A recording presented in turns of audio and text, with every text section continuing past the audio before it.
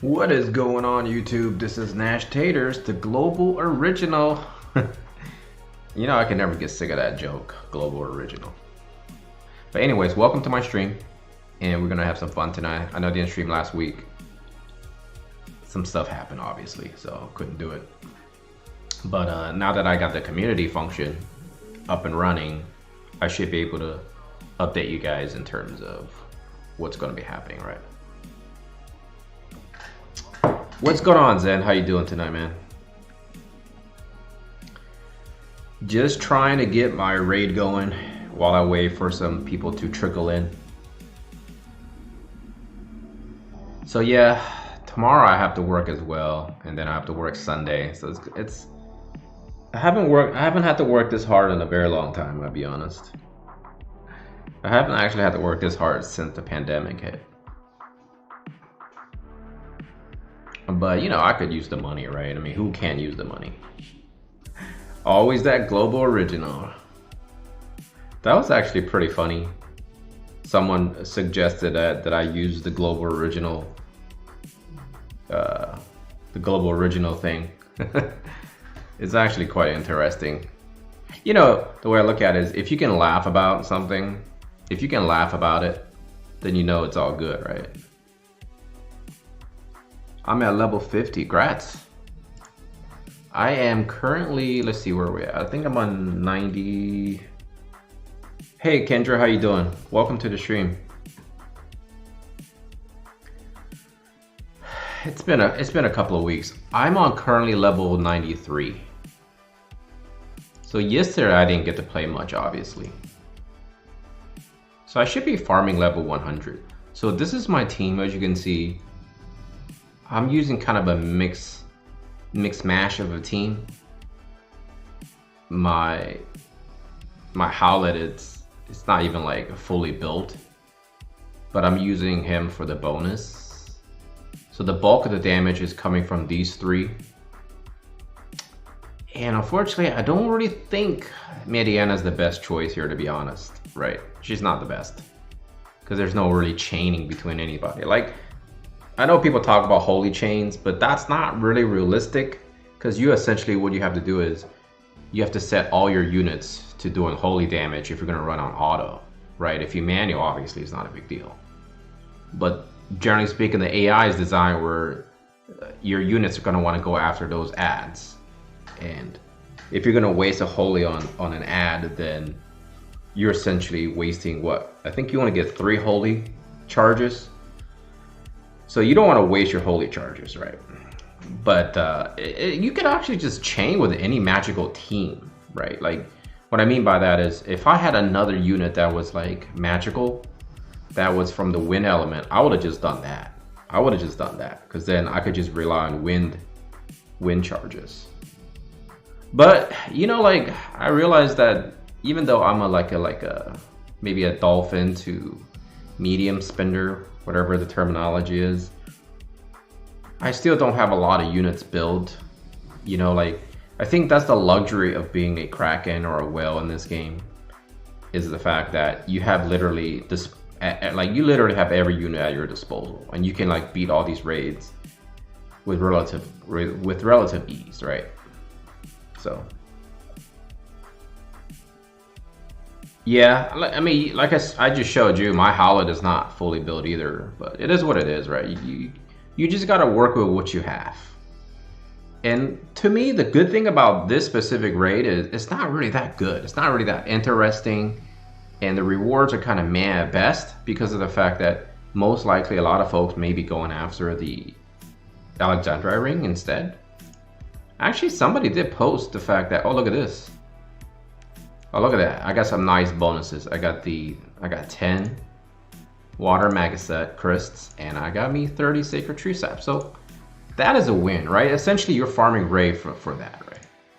I think the metals is kind of like, you know. So I feel like I'm always going to be at the point where I'm using one extra orb. I'm always using one extra orb. I noticed that if I don't do well in a raid, I can get to 100. But farming 100, I'll always be using an orb. Whereas those Krakens and whales, they don't need to use extra orbs. They can just keep farming infinitely, right? And I think that's the thing. They farm infinitely, they're gonna get a lot of stuff, right? They just auto everything, and I think that's the attraction of spending in this game. And you know, honestly, like I hope more folks spend. They're already spending. I hope they spend more, right? They want to support the game, then that's good for us, good for all of us. Gio, how you doing? I quit the game after last Final Fantasy banner. Can I still catch up? Oh yeah, how you doing? Hey Kenzen, how you doing? So Gio, I think if you quit after the last Final Fantasy Tactics, right now it's actually a really good time to join the game, because the game is very friendly in terms of giving us. They're really friendly in giving us like free stuff, right? Like it's very beginner friendly right now. And right now, Gio, if you join, you get Eldyra for free. You get Ziza for free. Like everything is almost free. Like anything that make your account relevant, that a lot of us have been trying so hard to make our accounts relevant and make our like farming much easier, our gaming much easier. The game is offering absolutely for free.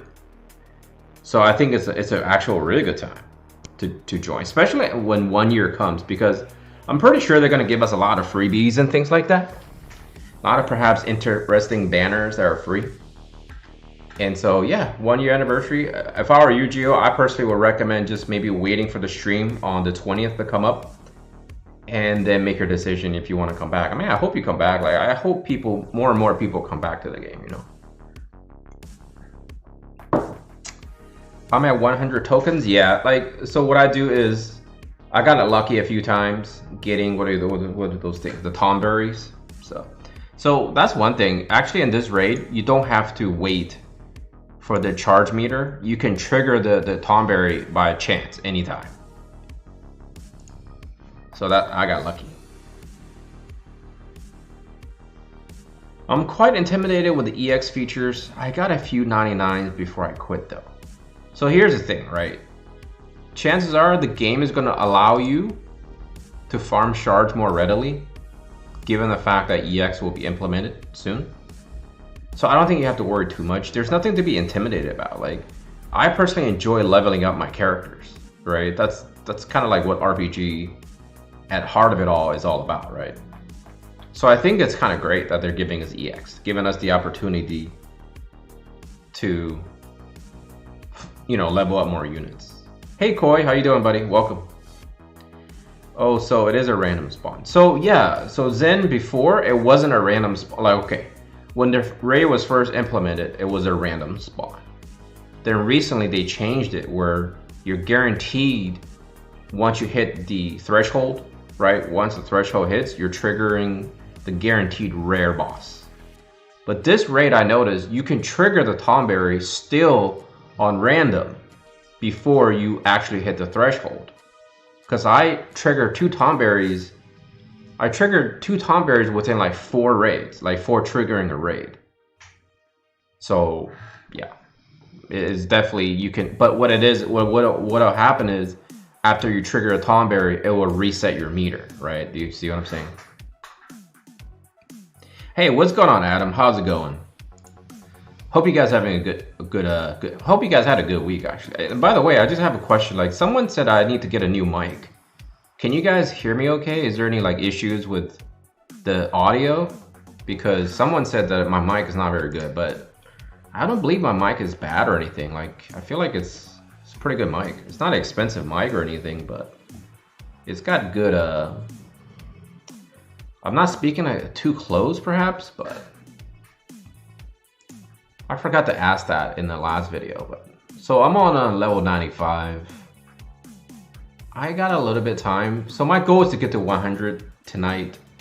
So when I work on tomorrow night and Sunday night, I'll just kind of like work and then wait for my orbs to recharge and then, you know, play a little bit. Okay, cool. Thanks, guys. I appreciate it. I appreciate your feedback. I wasn't sure. Someone said my mic sucked in a comment in one of my videos recently. So I'm not sure. Maybe I had the sound too low or something. I'm not sure. But okay, so what's on the agenda today? So those of you guys know, they changed guild battle for some weird reason. No, I'm not exactly sure if this limited guild battle is going to be a forever thing, right? I think it's okay. I think what the limited guild battle does is it kind of brings down the competitiveness down a notch, and I think that gives people more hopes of becoming a little bit more successful in Guild Wars. So as you can see, we're rank 8 in our group A, so we did fairly well. We did actually fought the top guild of their server. We went against the top guild, like they were literally the top guild. And I have to make a comment on the fact that, oh look, we're fighting Ragnarok X. I think that's another top guild. Yeah, it is. They are top. They're champion 2. We're only on champion 1. Wait. I think we're on champion 3 and they're on champion 2 or something like that. I don't remember how the order goes, but anyway. So remember, you guys, I made that video about is the Earth Bracers worth it? And the Earth Bracer, it's good against missile attacks, right? If I remember correctly. And I said something about how missile attacks aren't that great. Whoa. I gotta be honest, when we fought that top guild, it was all missile attacks. Every single unit, no, not every single, almost, I would say 95% of that guild, their entire defense was all missile attacks. And they had all their cars maxed out, like the Frederica car maxed. They had everything you could think of to create solid missile units, and they're all fast. Like, we didn't even put a dent. I think this is another big loss for us. And sometimes you just hit against these Krakens. Look at these. These are all like, look at their player ranks, right? I'm just gonna scroll. This one is actually not bad. The top guild, by the way, the average guild rank, the average player rank was 130. I kid you not. I've seen so many 140s. So literally seems like every single whale on the server decided to form a guild together. And we're talking about they were, man, we couldn't even put a dent. Like I think we did better against this guild. I think we had like 20, maybe 28. So it looks like you see a few 140s here. The 97 got taken down, but look at the power though. The power level on that is pretty solid.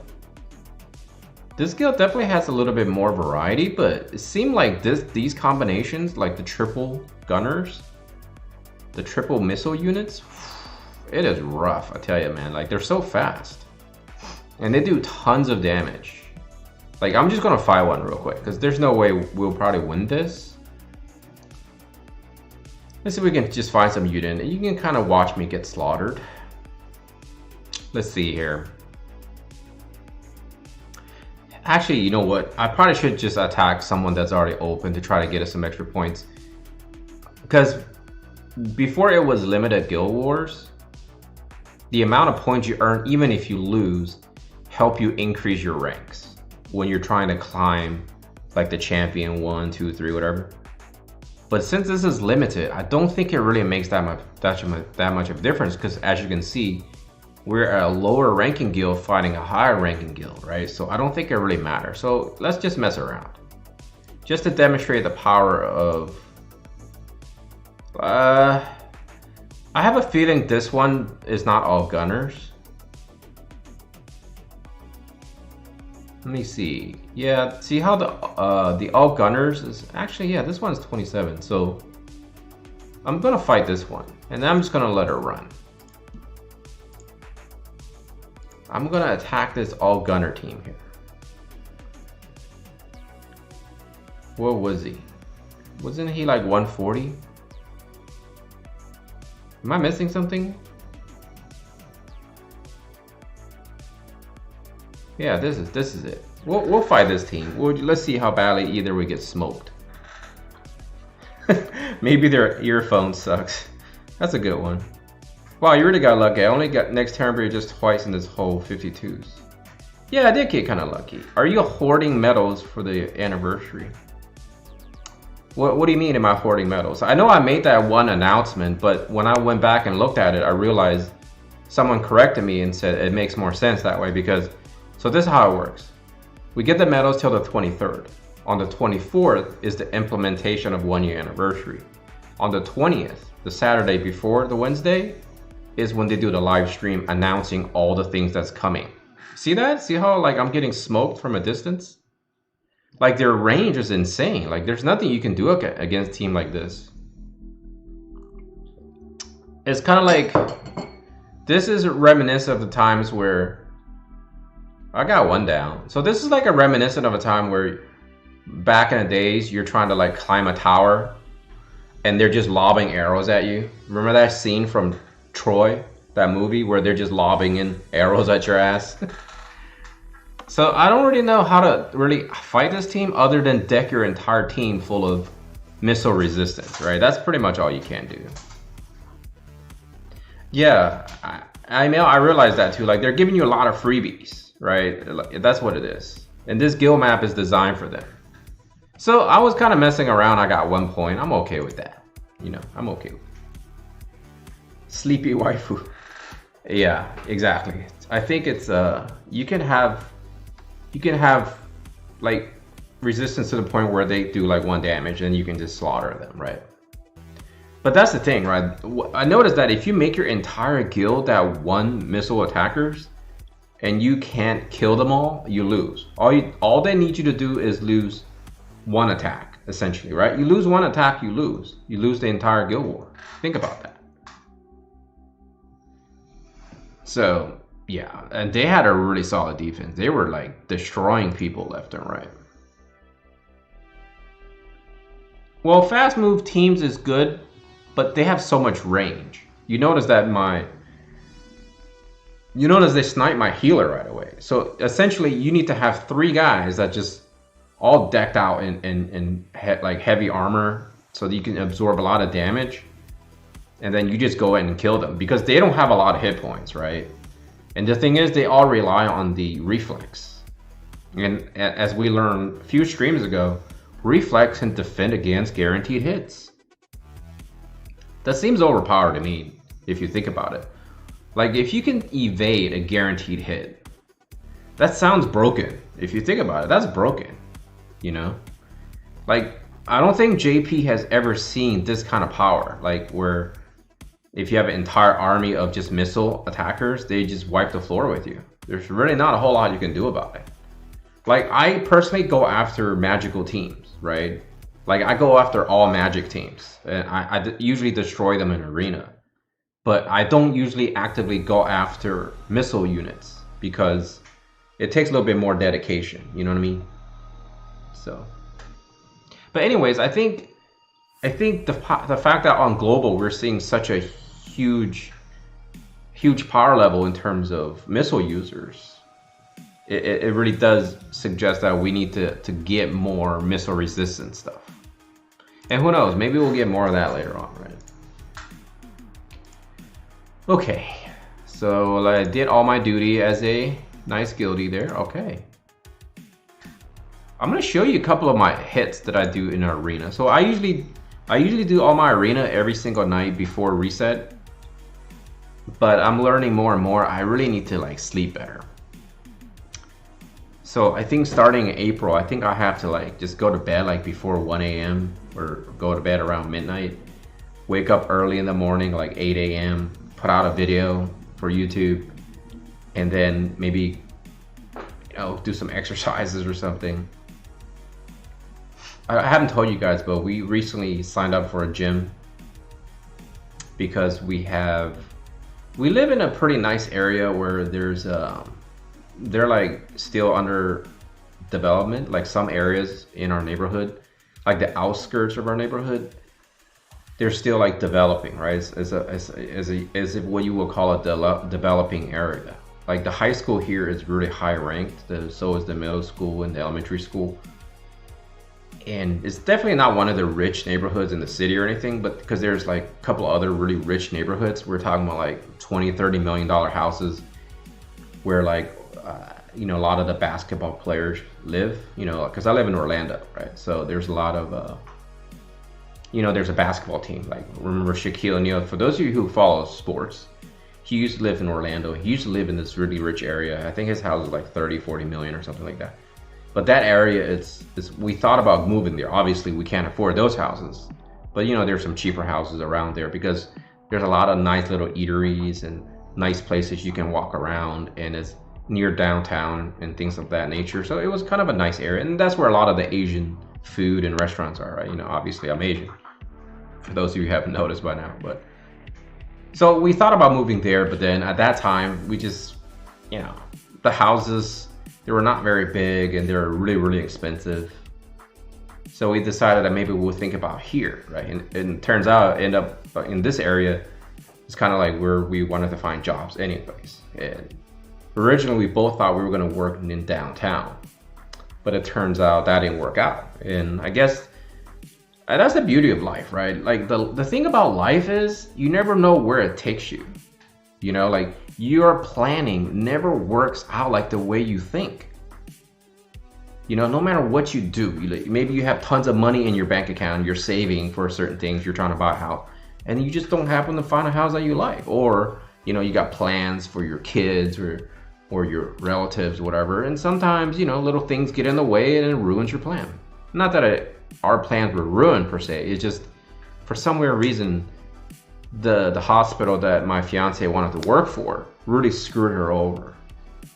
And turns out that she ended up getting a job somewhere else. Like she was offered a job somewhere else.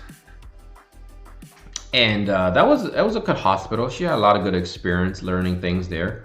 And so we decided that it was probably a better idea to buy houses near where we worked, because when we both started working, when we came back to Florida, we had to commute like an hour and a half. Okay, we had to commute an hour and a half to get to work. Oh, I tell you, there are days where I'm driving home after a 12-hour shift and I'm like almost dozing off while I'm driving, and I realized that's just too dangerous. So we decided we wanted to purchase a home near where we work. And so that's where we end up being, right?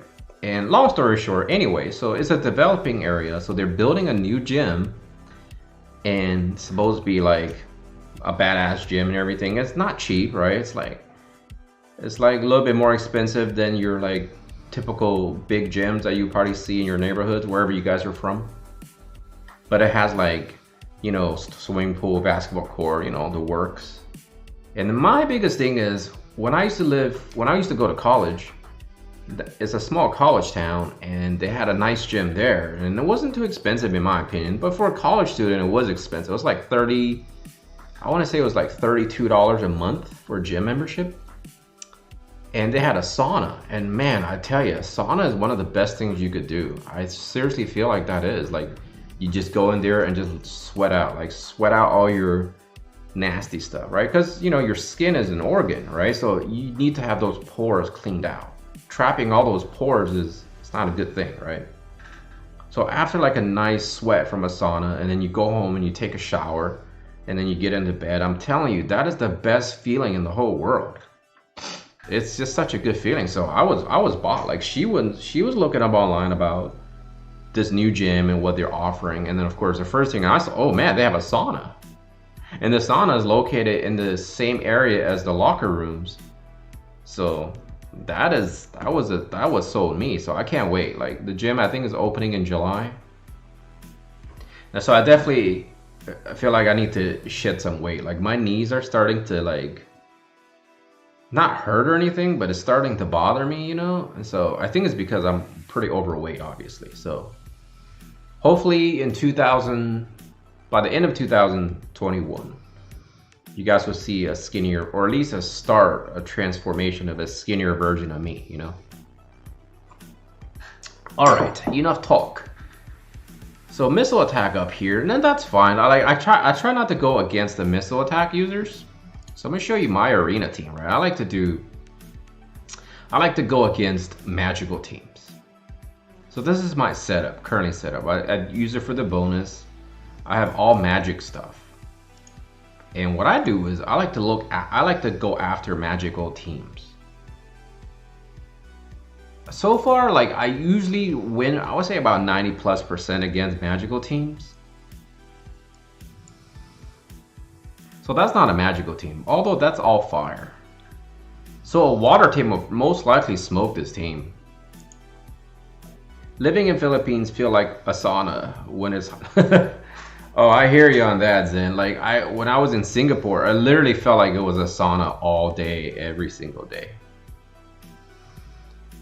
Missile resist, I think fast movers or fight fire with fire. Use Halloween later.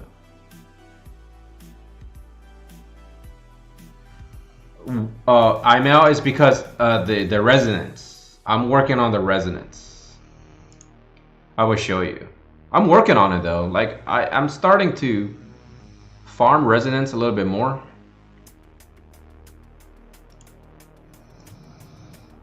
See, it's only 80%.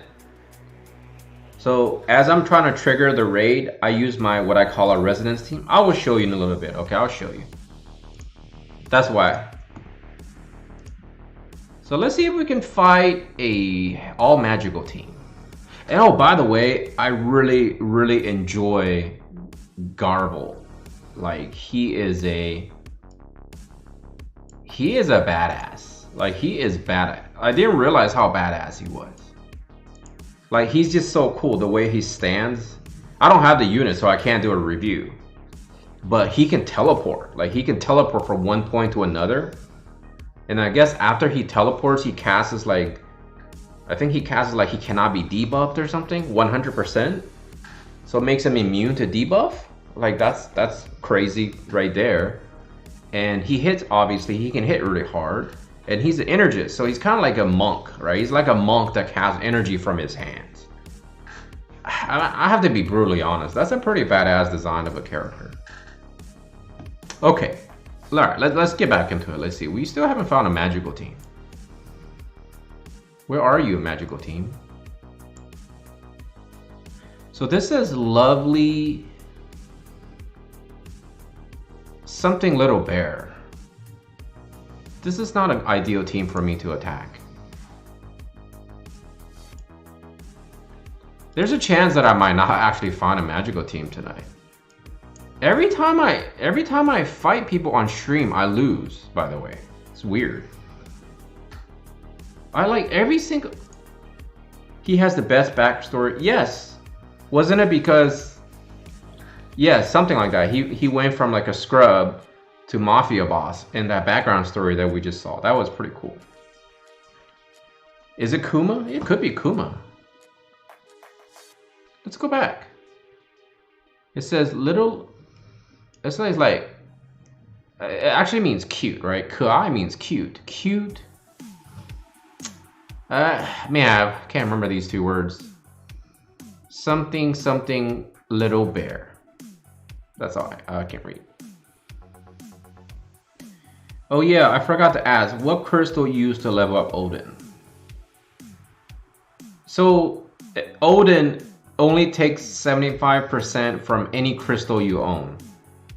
So my suggestion would be look up individually, like when you have the element screen, when you have your screen open up in your Esper, just select the element of all your Espers and then find the one that you're least likely to work on and then dump all those crystals into your Odin.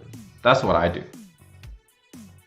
Yeah, I think I'm gonna find an all DPS team because it's hard for them to recover if I have a healer.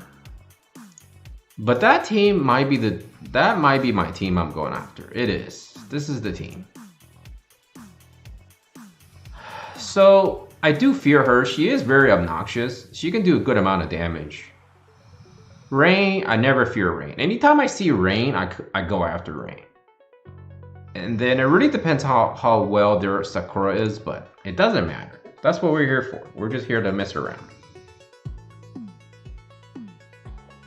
So that was my storytelling of the evening, was the fact that I plan to join the gym. We just actually got billed because we got a discount. So if you sign up for like what they call like, I think they call it early bird or early investors or something, you get like a 20% discount.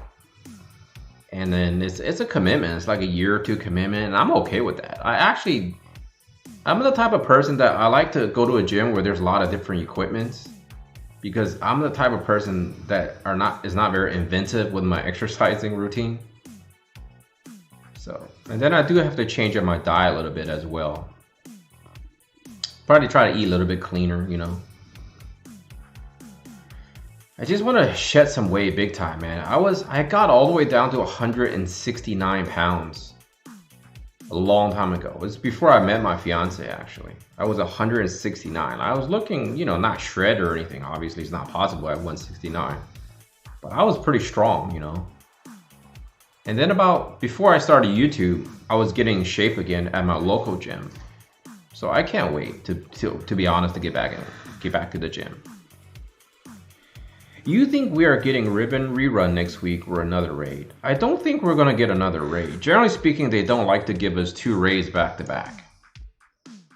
So as you guys saw, that was fairly easy because once I get in range, generally speaking, the magical team can't kill my team like completely, because Augureus is essentially a magical tank kind of, right? She's not like the best tank in the game, but she's pretty good. Oh, Odin doesn't have an attribute. I think that's what it is. Odin doesn't have an actual element attached to himself. So let's do one more and then maybe we'll just start farming. So I don't like that team. I don't like that team. I'm actually starting to think about maybe I should use this team as well. Like, this is a very good team.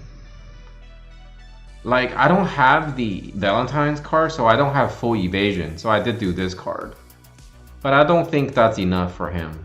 He still needs to have full evasion in order for him to be really good. But I do like him a lot. I do like KOR Stern quite a bit.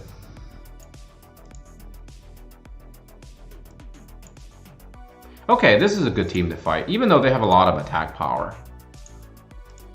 I should be able to still beat them, unless something crazy happens. See how, like, I fought teams that are like 3,000 total magical attack? I think the highest I ever fought was 3,200. But my team essentially is a team. My team is a team that is designed to go after magical teams.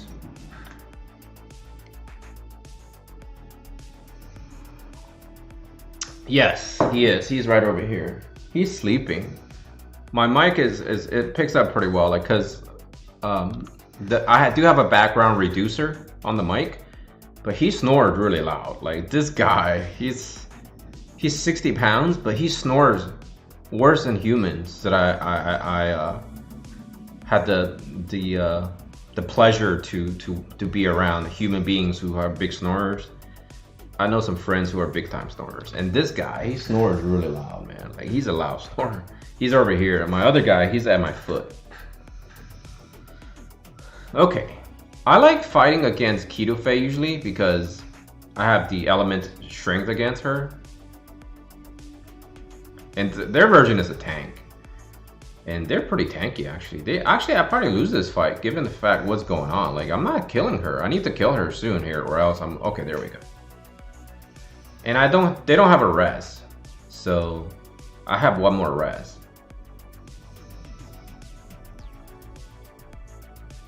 Why cast Protect? She needs to cast Shell.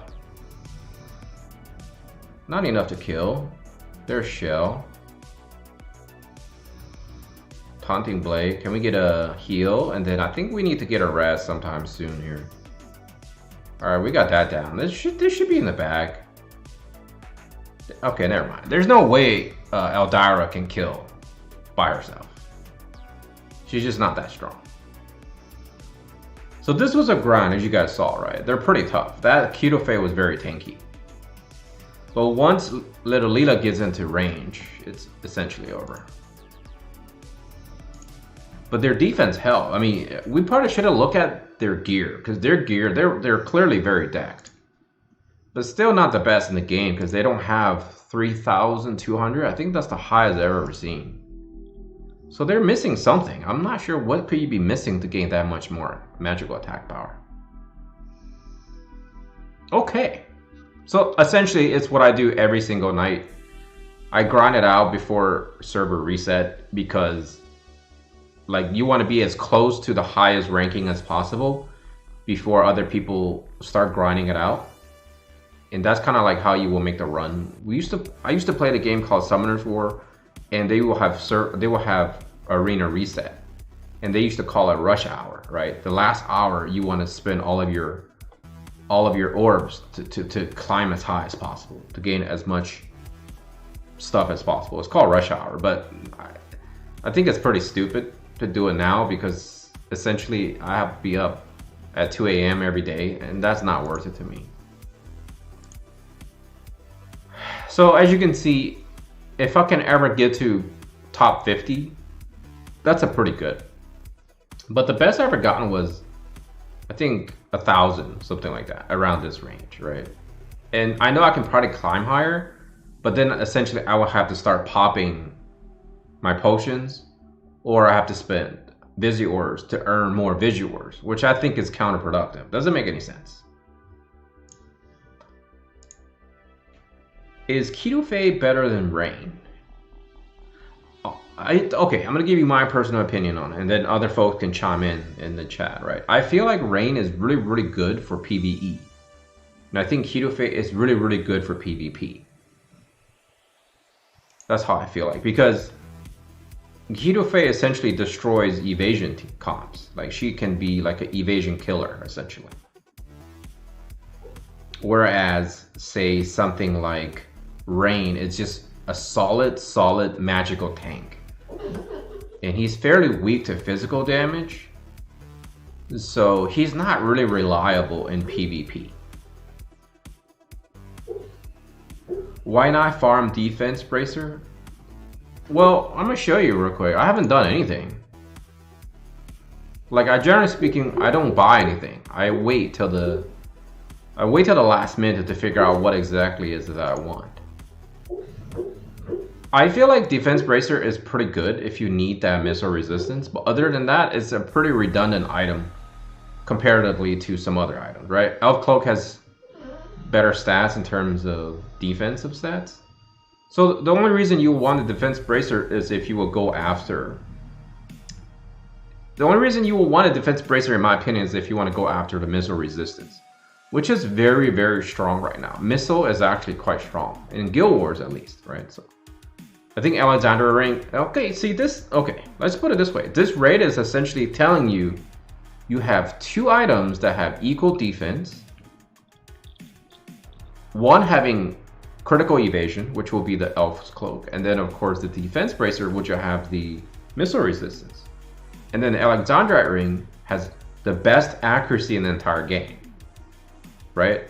Whereas Defensive Bracer's accuracy is just not as good as the Alexandrite Ring. You could also go the Vital route for the Defensive Ring, which will help your team do Drain Force. Cabbage actually pointed out to me last time, because he's a big fan of Drain Force. I don't have any units that use Drain Force. So that's why you never hear me talk about Drain Force. I don't look at it from a perspective of Drain Force. One, I don't have the experience, so it makes no sense for me to talk about it. And two, I don't have any units that I have a desire to build for in terms of Drain Forcing. Even though technically speaking, that should be where I fall into, because I love units that have a lot of hit points. Like, that's always been my thing playing RPGs. I love to have super tanky units, like just walk in there with lots of hit points, really heavy looking armor. Yeah, that is kind of weird that I'm actually not going that route in this game, but 3-turn 25 missile attack is just pretty good. It is. Right, so here's the thing, right? The 25% missile resistance for 3 turns is really, really good. And it's really, really good on your tank. Like, for example, you just saw that Guild War offense. If I would have slapped that thing on my tank and then she moves forward fast enough, she's going to close the gap and start taking them down. And then maintain the aggro or the hate. Then my backline can just follow through and just annihilate that team. It is what it is, right? But I don't really build a lot of things for specific situations. I always feel like I need to invest in general purposes, because general purposes serves me much better than me trying to pinpoint specific situations, because those situations, if you don't deal with them enough, you're investing in resources that only comes during certain time. So if you're investing that way, you may not cover the broad spectrum of the game. And personally, I don't really enjoy PvP. I don't know if I've mentioned this enough times, but I'm not a huge fan of PvP at all. Like, I don't enjoy it. Even when I used to PvP in War of the Warcraft, I couldn't stand it. When they had, what is it called, Arena? Like when you try to get the gladiator gear. I tried, I just realized I'm not good. I think one important thing as a human being is you need to figure out what you're good at and what you are not. You may try to improve on what you're not good at, but you should more capitalize on what you're good at already, because that makes more sense. At least that's how I'm looking at life. Right? I mean, that's just me. You know what I'm saying? So, okay, so we could do a few things. We could farm.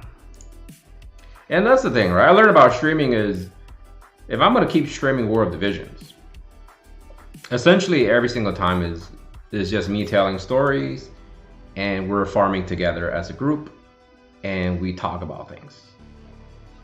Hey, Francesca, how you doing? 1 tank's physical and 1 tank's magical. Yes, that's a great point. And by the way, I have not quit Final Fantasy 14. It's just lately, I just haven't had a lot of time to really put a lot of hours into that game, right? The game is on hold for now. I think once I find another break in which I can play it a lot more, I want to kind of play more of that game. I really do miss it, but just every single day has been kind of busy, kind of hectic. And you know, like, people always say they're busy and they're hectic, but I actually am busy and hectic. There's a lot of stuff that I've been taking care of, and right now I'm trying to finish renewing my license, and I have to do some stuff that I have to do at work, picking up more shifts. Yeah, working is not very fun. I'll be brutally honest. Like, working is just, and I don't mean my personal job.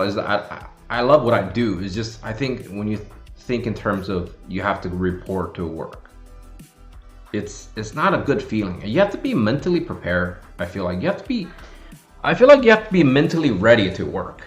You know what I mean? Like, some people, like, if you're just like a, say, I don't know, you crunch numbers, or you're an IT guy, or maybe you're in construction, whatever it is. A lot of times you have to be mentally ready, in addition to being physically ready.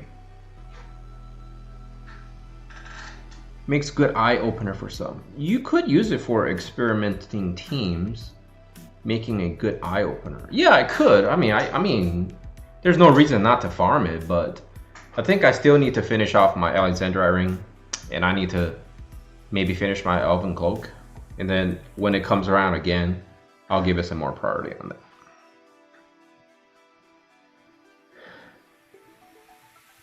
Oh geez, you have 3 War of Division accounts? Crazy. How do you have the time?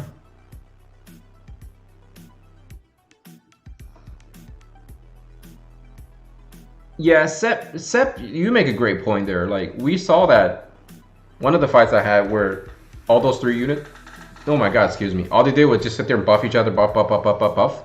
And then your 3 turn is done. By the time your tank even get in range, you're gonna get slaughtered. OG wins. Great name. Hi Nash Taters, always great to have you here. Thank you, welcome. See, I think Seth makes a great point there. Hey Shu, how you doing, Shu? I think Seth makes a great point. Like, actually, I should have said that. Like, once your guys, like, that's the thing, right? Movement is so important in this game, right? Because it's a chess game. So if your tank doesn't get in range and hold that aggro, you saw earlier that my little Leela just got sniped by their Frederica from such a far range. Like, she just completely sniped me because my tank wasn't fast enough or have enough movements to traverse through the terrain to get to them to keep that hate. So, okay, so we could do a couple of things. The Agitator Brutal is fairly easy. For those of you who need the Agitator still, by the way, it ends on Wednesday. So if you guys want to do that, we can run it. I don't think it's very hard because we don't need to finish any missions. Am I right? We don't need to worry about any missions. We just need to finish it. So if you guys want to do the agitator, which I haven't done, which I can do, not that hard, you know, just me running over randoms.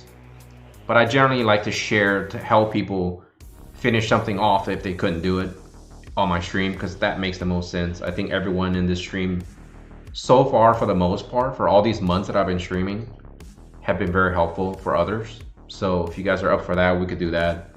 We could farm books, or we can farm the new event medals, because I think that's also important. We could take a look at it again. So I'm not gonna spend any of these medals until I see exactly what's coming on the 20th of March. When they do the stream, maybe I'll watch it live even, like maybe I can stream the stream or just join the stream and just watch it live if I'm not working. I'm not sure. I don't think I'm working. Because I work tomorrow night and I work Sunday night and then I have 2 weeks off. So that's gonna be great for me. I have 2 weeks off. So I got to clean up the house a little bit and maybe work on my man cave. I've been promising people that's been following my channel that I was gonna record my toy collection and things like that. So I think maybe I'll take the opportunity to do that. So no, I still have not gotten Sakura yet, but to be honest, I'm okay with it if I don't get her. One thing I'm learning tonight, earlier when I was playing, was that I don't even have all my units that I built finished. And what I mean by that is getting all the resonances, getting their gear for them, getting vision cards set aside, sort of building, planning, hey, whatever you want to call it for them, and then getting like tons of job points for them. It's so tedious, and it should be something I should have been concentrating on doing instead of just trying to get all the new units all the time. And when you get a new unit and you don't think about that unit, you're gonna get lost. I have so many units that I should be working on. Idealistically, I shouldn't think too much about all the other units that I want to get. You know what I mean? So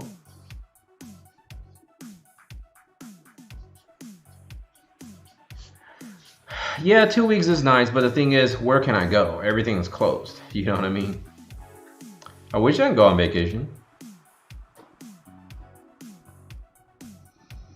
Shoot, if you want me to, I can make videos on those. But generally speaking, like, you know, if I was to make a video about crafting and break down armors and weapons, I could do that. I think that will be like a brand new series that I could do.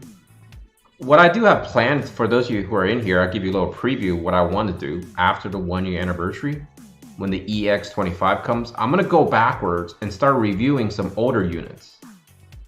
And what I mean by that is I'm going to call it retroactive reviews, because what I want to do is I want to have a physical version of a unit that I own and review that unit and give a suggestion of whether or not perhaps that unit someone should take a look at. And if they should be brought to perhaps EX25. Because there's a lot of influx of beginning players, I feel like, especially when 1 year anniversary hits. And I'm betting some money there that Final Fantasy X is in our horizons. Because the remake, I think, is finished, right? It's coming to PlayStation 5, if I'm not mistaken. So I think that's a perfect time for them to actually, what am I saying? Isn't Final Fantasy VII Remake already done? So I think maybe they're gonna put it on different platforms. I'm not sure. I haven't followed with that. It's not one of my favorite games, by the way. I know. Don't unsubscribe to my channel because I said that. But I have a feeling that Final Fantasy VII is gonna come in 2021. It's gonna bring in tons of new players, and I think that's where if I concentrate on making a lot of videos for beginners, that's where my channel will get a little bit bigger as well. And maybe it will reach to a broader audience, if you will. And I really feel like there's a game that I really want to play is Diablo 2. Now, I know a lot of you in the stream, I bet you I bet you my entire toy collection are probably big fans of Diablo 2, because I've been a fan of Diablo 2 for however many years this game has been out. Like, oh my god, Diablo 2, I used to play that game once a year. Like, always. I would install the game, play once a year. We'll be following on those videos after Final Fantasy X. Yeah, for sure. Like, I have a lot of ideas that I want to plan, but for me, I have to wait, because the only reason I've been hesitant in putting out newer content is because I want to see where the game is going in year 2, right? After the 1-year anniversary, I want to take a step back and kind of reevaluate, because I love Diablo, I love my Switch, and I'm contemplating of start streaming and kind of like maybe start branching out on this channel now that I reach 1,000 subscribers and I have more access to tools and things like that. And I promise you that I actually do not want to monetize every single video I put out, because I feel like it's a bit annoying. And I know some people already been voicing their support for me, that they're willing to watch all the ads or whatever to support me, and I appreciate that. But I feel like there are certain videos I don't want there to be a break. Like, I feel like some videos should be informative enough that it shouldn't have any sort of breaks, and there should be no ads for those. But I think the ones that are more long-term, I think the video and content that are more like long-term, like review videos, should have some ads. So therefore I can always, bring in some pennies here and there. And by the way, that's all it really is. I'm making pennies. It's like all these man hours I put in, it's like I'm making pennies.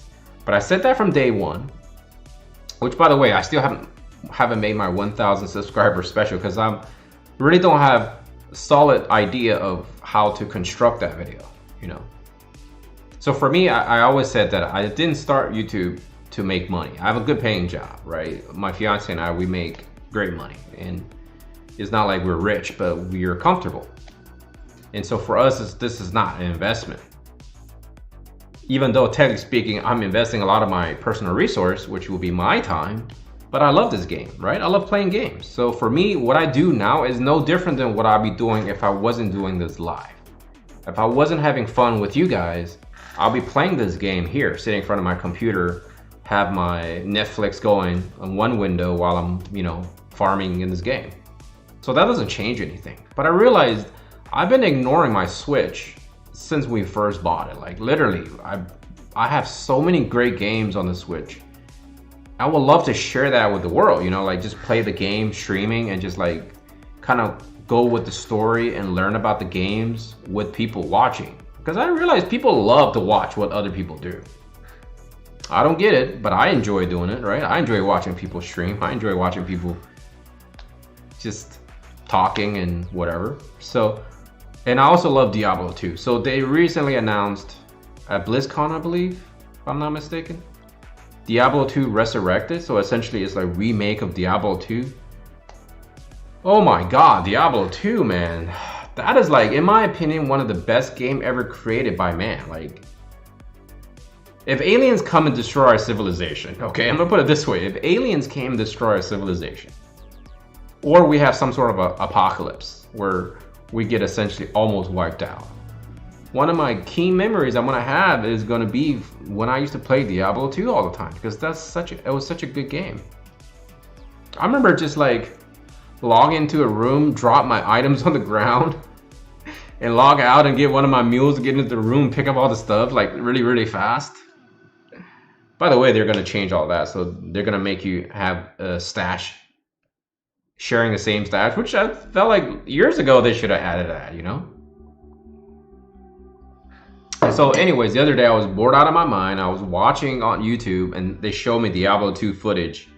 Holy crap, Diablo 2 Resurrected. That was legit.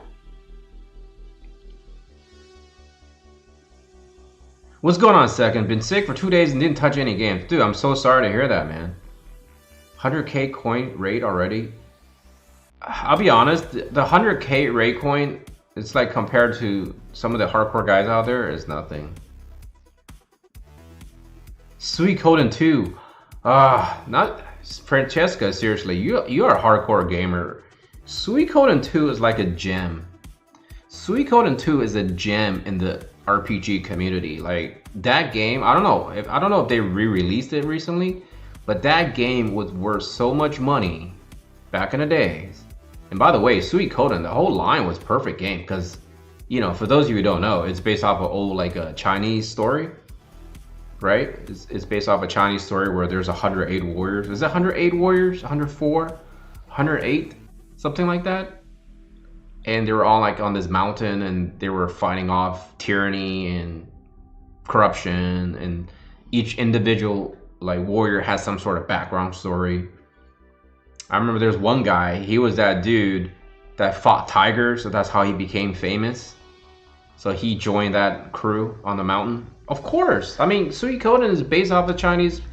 I'm not sure if it was an actual history or is it based off of just like a myth, right? Either way, it's 100. Okay, thanks, Josh. I think it was 108. Yeah, I want to say 108. So I had Suikoden 1, 2, 3. I had all of them. I love Suikoden. By the way, I used to be an avid RPG collector. I love physical copies of RPG because one, they have the beautiful artwork, right, on the cover. And two, you open it up, you have the instructions. I love reading instructions in back in the days in RPG games. I don't know, it's just me. And I love having physical copies because then you can actually build a library. By the way, my background, I need to work on my background, okay? That's one thing I need to work on, is have like a solid background. I've been talking about it with my fiance, but she's very adamant about how this is her office, but essentially I've taken over her office. But I really feel like I need to have a background of having like some of my collection things so people get more idea who I am. But anyways, at one point I have like something like 400 physical copy RPGs. I have like 400 of them, right? Like across all different consoles. And I never collected consoles because I wanted to go back and collect as many of the games as possible. So this is during the days where I do a lot of thrift shop, you know, Goodwills and garage sales, Craigslist and things like that. You know, I was able to collect a large amount of games. And I got to the point where I was collecting sealed, like special edition copies of games. And that got pretty expensive pretty damn fast. You know what I mean? If Gumi touches Suikoden, oh, I will quit. I hope they don't ever do that. I would be irritated. But by the way, Konami owns Suikoden, so. And Konami owns,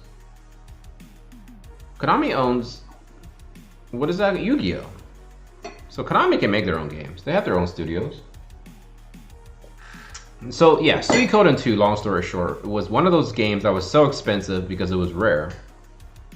And it was worth like hundreds back in the days. I don't know how much it's worth now. I haven't really got back into that scene, but I used to be pretty I used to memorize the prices of games. So when I see it, when I go see like games in the wild, I will pick them up and then, you know, flip the extras that I had. I think my friend, he had like 20 copies of Black Label Final Fantasy Tactics. They had like tons of copies of Final Fantasy VII Black Label. But this is back in the days, right? Before we knew Black Label was going to be a thing versus the Green Label on PlayStation. And, you know, nowadays everybody wants the Black Label because of the rarity or whatever. But I don't know if you guys remember this game called Beyond the Beyond. Not the best game, but it was a fun RPG. I have to be honest, one of my favorite RPGs of all time is called Wild Arms. For those of you who've been following my stream and following my channel, I've talked about Wild Arms during one of my streams many times. I love Wild Arms. That was such a great game. It was like a good balance of RPG elements. You have like cowboys, and then you had like magic casters and things like that. That was such a great game. Such a great game. I did like Suikoden a lot, but to be honest, I only play I think 1 and 2. So okay, let's do some farming. Since no one gave me suggestions, I'm gonna start farming the event. We're just gonna farm the event because that seems like what anyone and everyone will be okay with, hoarding a lot of these medals. So I got that started. Join in if you want to. Let me switch this out. Nope, wrong one here. I got my farming little Leela, and there it is. and I'm gonna be using my anti-petrify. So yeah, Wild Arms was so good. That was like one of the best RPGs, just the original one, because you know they made tons of Wild Arms after that, but they weren't very good. They weren't as good as Wild Arm 1 in my opinion. I think Wild Arm 1 I actually beat it multiple times because I enjoyed it so much. Suikoden Tactics, I have heard about that. I think, I don't know if I actually own that or not. I know I was, at one point when I had so many tactics games, like I got into this frenzy of just buying any game and every game that had the word tactics in it. There was this game called, I know you guys can help me out here. I know you guys have access to Google, but it was a tactics game on the PlayStation 2. I think it was PlayStation 2, right? And it was based off Journey to the West, right? Journey to the West. And it was Journey to the West tactics game. Do you guys remember what the name of that title is? I had it. I actually owned that game. I'm trying to think what's the name of that game. It was such a good game. What is worth spending the event medals on? That's a good question. I think your best bet is to wait till the 30th, or sorry, the 20th of March. See what the announcements are, and then maybe buy some unit shards, or just buy all the different fragments of thoughts and things like that. Oh man, what is the name of that game? It's not Golden Sun. It's not Golden Sun. Seiyuki, thank you. Oh, friends, I knew I shouldn't. Seiyuki, yes, I played that game. That game wasn't the best. Okay, I'm not gonna lie. That game wasn't great. Was it on PlayStation 1? Okay, it was on PlayStation 1. That game wasn't that great, but it was a tactics game though. So Wild Arms 2. Anastasia Valuria would be a cool character. Did I ever play? I don't even remember if I played Wild Arms 2. I know I owned it. I don't know if I played. Yes, anybody can join. I'm just waiting for this to fill up. Because I think 4 is fast. 4 is fast. You guys are really helping me bring back so much of my RPG playing days. I hope to play Diablo 2 on my channel for sure. That's a guaranteed game I want to play a lot. And I want to actually like start playing Switch games. Like I really want to play Fire Emblem Three House, which I haven't even opened. I would love to play Breath of the Wild 2 on stream. I think that would be awesome. And I would love to play that new game that I showed. What was that game called? Well, it's going to be called something else, but Triangle Strategy, whatever that game that they featured, I would love to play that game. That game looks amazing. Wild Arms 2 was pretty good. Yeah, I haven't played Wild Arms 2. Maybe I should go back and see if I have that and play it. I'm sure it's probably on Steam, right? D2 will be rad. Yeah, I love D2. Oh my goodness. I can't wait. The graphics look so good. Like, so good. Alright, we got a full squad here, boys and girls. Let's roll. Yes. Valkyrie Profile, I play that. Oh, you know what's a really good RPG? Really good strategy RPG? It's called...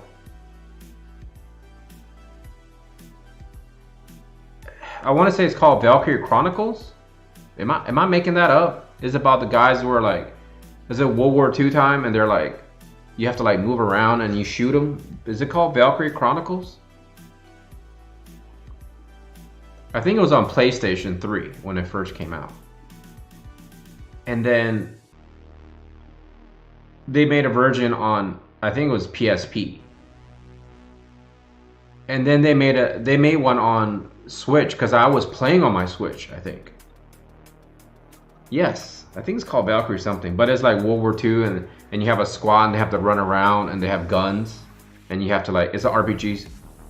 Yeah, and then you take turns. Oh man, I love that game. But speaking of which, like, one of my favorite games on the PlayStation days, I think this is PlayStation 2. Valkyria Chronicles. Yes, that game was awesome. Let me know if you guys know this game. Ring of Red. Let me see if you guys know. Ring of Red. Tank Commander. Is that what you're saying? Valkyria Chronicles Tank Commander on... What happened? Did we lose somebody already? It was on the Switch. I have a version on the Switch. I don't remember what version that is, but... Alright, we'll make a quick run, and then when we come back, someone can join. Ring of Red. Let me know if you guys know of that game, Ring of Red. And no cheating. Don't go to Google and type in what it is. I want to know if you actually know what that game. I've heard of it, never played it though. Oh, you gotta play it. It was such a rewarding game. It was so good. The biggest complaint I have about Ring of Red was that you could not save mid-combat. Like, you couldn't save. No problem, Jerry. You come back. Second round. It was essentially a mech versus mech video game, but you had the squads that you can deploy on your sides, because each mech is a giant mech. Can have 2 teams of different characters on your side. It was so good. You guys should definitely try it. Front Mission, of course. Front Mission, I play a little bit of Front Mission. Legend of Dragoon, awesome game, of course. I have that copy too. Black Label, of course. The MC, oh, okay, I see. Main character, Tank Commander. Yes, you're right. He is the Tank Commander. Yeah, speaking of Valkyria Chronicle, I should really go back and... I mean, I feel so bad for my Switch, because in my opinion, Switch was one of the best systems ever created. Such a good system. Okay, Jerry, whenever you're ready. Lord of Destruction with us. Wait. Oh, Legend of Dragoon, because I was thinking Lord of Destruction. Legend of Dragoon was a good game. It's kind of like that one game that was trying to compete against... Was it Final Fantasy at the time? Right? Front Mission was a good game too. What was the other game called? Xenoblade? Xenoblade Chronicles? There was one way back in the day. Was it Xenogears? Yeah, Xenogears. I played that too. That was a great game. So many good games during the PlayStation days. I think the PlayStation days had some of the best RPGs ever created. Grand Stream Saga. I never heard of Grand Stream Saga. I should look that up. Yu-Gi-Oh! I used to play Yu-Gi-Oh too, believe it or not.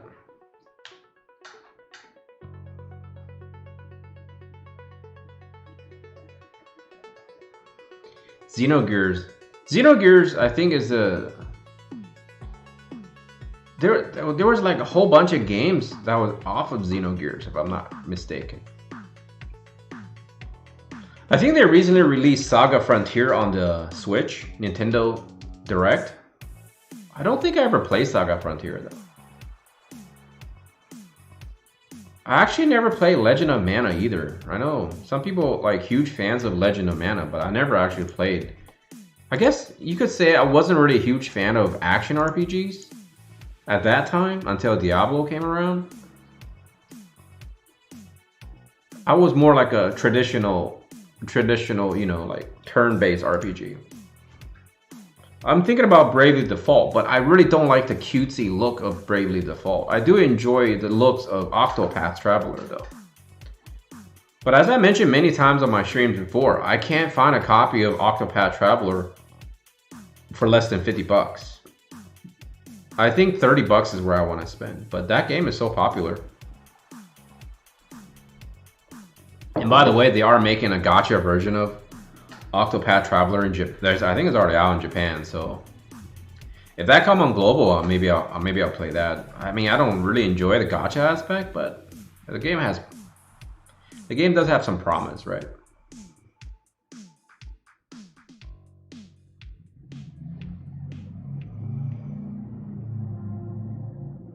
Second, I'll be honest, there are days where like I just log in, get my dailies done, and log out on War of Divisions. And I think that's fine. Sometimes you do have to take a little break. Legend of Mana was awesome. Yeah, it was an action RPG. It's kind of like I did get into Crystal Chronicles when it first came out on the GameCube, and my friends were we stayed up all night and we were trying to fight the bosses. Oh man, that was some good time, man. Like me and my two friends, we loved gaming together, and we're trying to like you're on the same team, right? And you're trying to figure out like combos to do to pull on the bosses, and we started figuring things out on our own. It was just so rewarding. It's like things like that. It's hard. It's hard to forget those moments, when you're younger. So lately, I've been farming, War of the Divisions, and I've been watching the Walking Dead again because I just finished season 9, and I know season 10 is still going. I haven't watched season 10,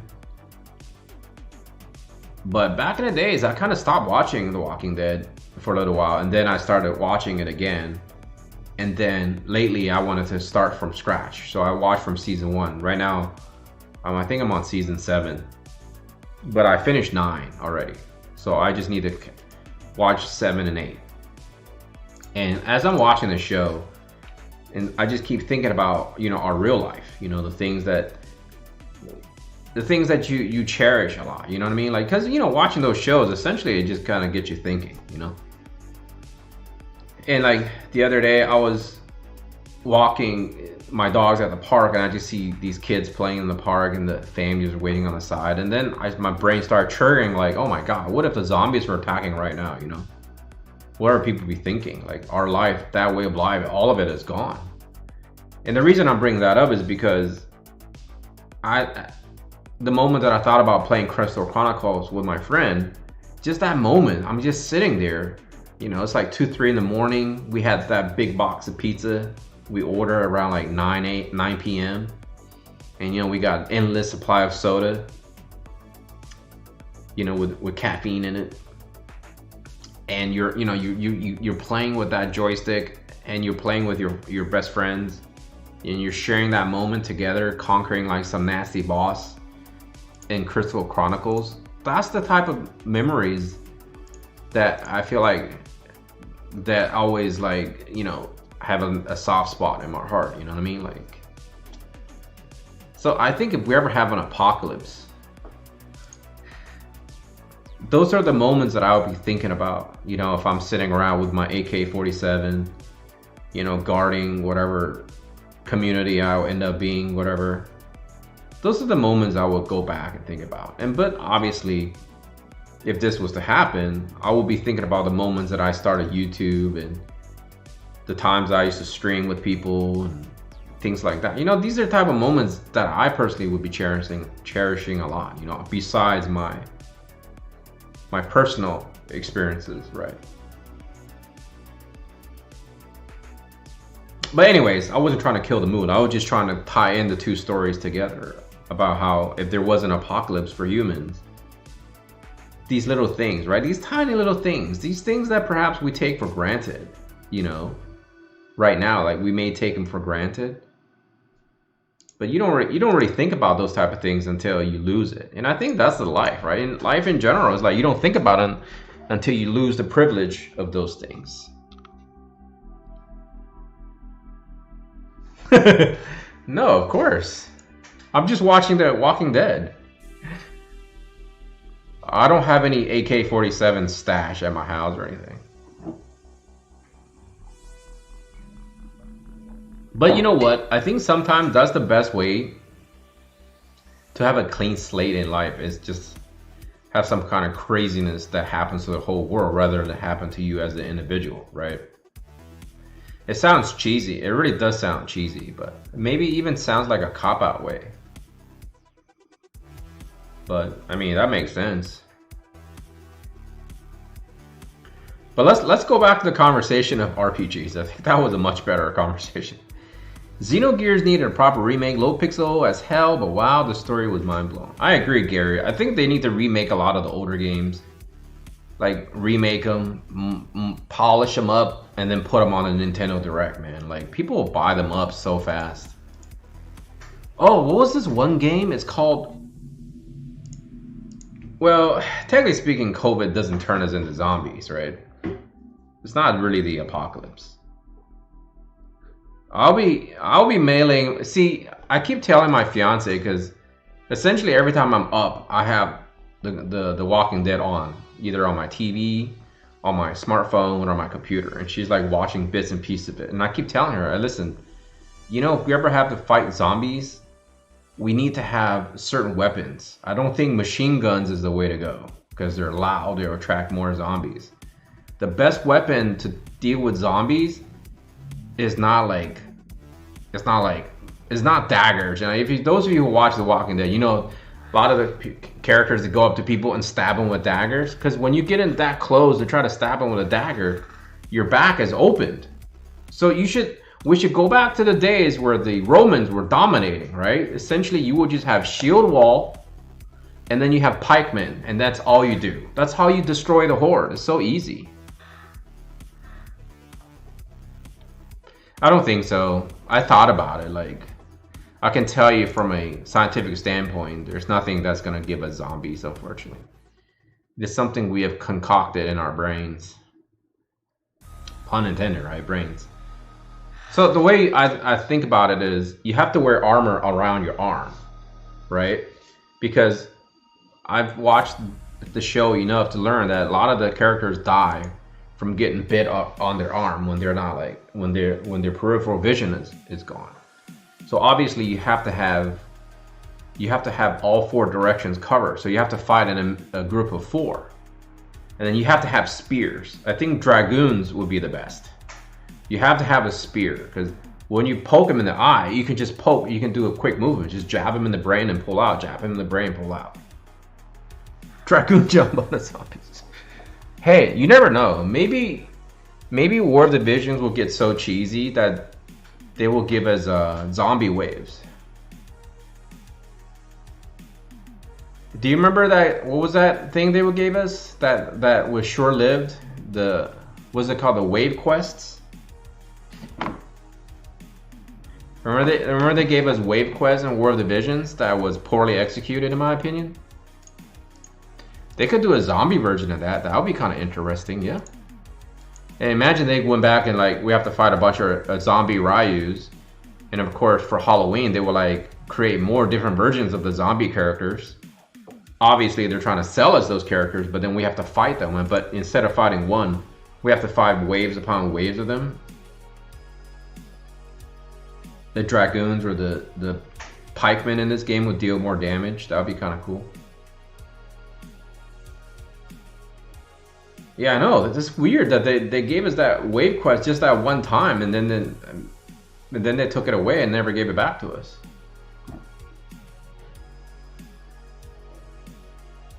It was only fun if you could go pretty far. Like, you know, if your account wasn't strong enough, it was pretty weak. And it took forever, right? You know, because like the thing is, I just kept having mine on auto. I didn't manual it, but they probably should have gave us the ability to just have waves of like going through a gate or something instead of just randomly being summoned into the room. You know, if you think about it, doesn't this map that we're fighting, doesn't this remind you of an alien invasion? These Marlboros look like aliens. Yeah, the rewards were pretty good. But I can't imagine when you're playing 3 accounts and you're playing all these events on all 3 accounts. Oof, that's too much. I feel like sometimes I can barely hang on to my sanity playing 1 account farming all these events.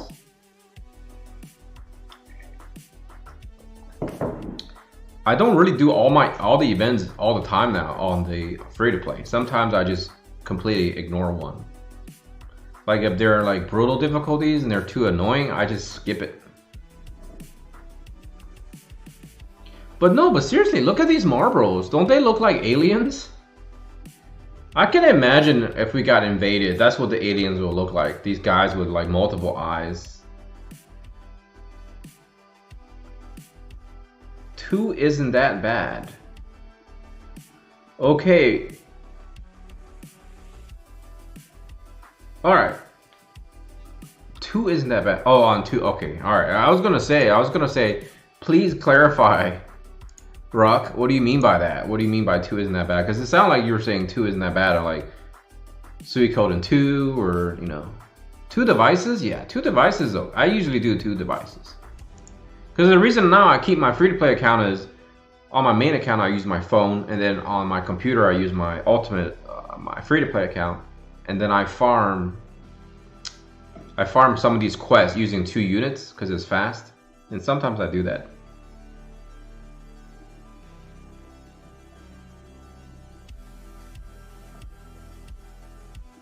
They do. Final Fantasy older monster does look like alien. Yep. I think it also has to do with the fact that those Japanese creators, a lot of them probably are huge UFO fans and things like that.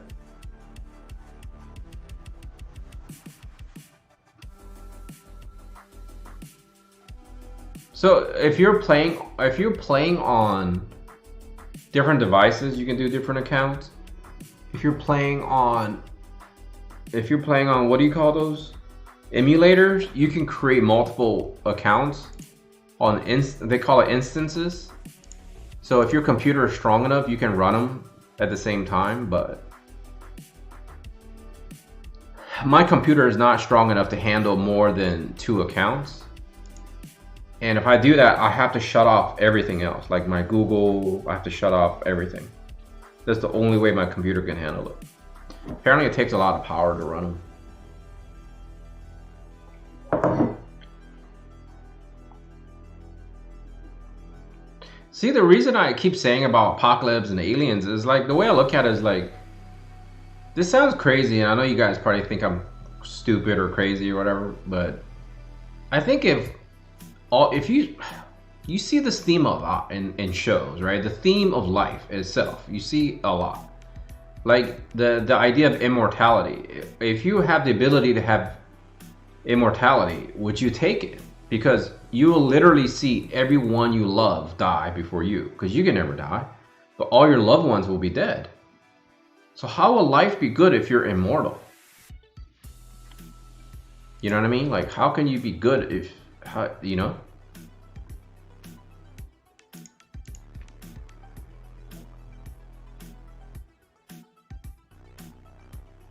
Oh, I see what you're saying. Oh, you're talking about the low pixel count. Yeah. They do look like aliens back in the days. I just feel like if I do die, if the world ends, I'm okay if the world ends. You know what I mean? Like, if the world ended, that means all of us are dead. We're all dead at the same time. And I'll be okay with that. I don't think that's a... I know that sounds crazy, but that wouldn't be too bad.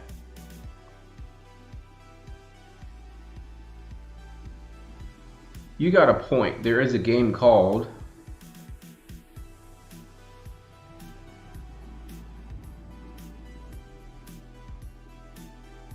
I think if a genie came out and says, I grant you 3 wishes, I don't want to have the ability to live forever. I would like to have the ability to travel in time. That's what I would want to have the ability. Venus and Braves were main characters given a mission 300 years later, so he was immortal. Be okay as in be dead.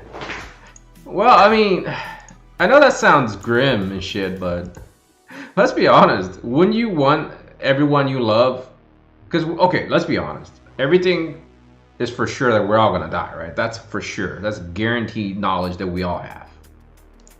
Wouldn't you want everyone that you love to all go with you at the same time so you can all hold each other and say, hey, this is it. We're all leaving. His dream was to live like a normal person and die normally because he saw all his loved ones die. Yes, because that theme has been around for a long time. Immortality is it's not as grand as people think it is.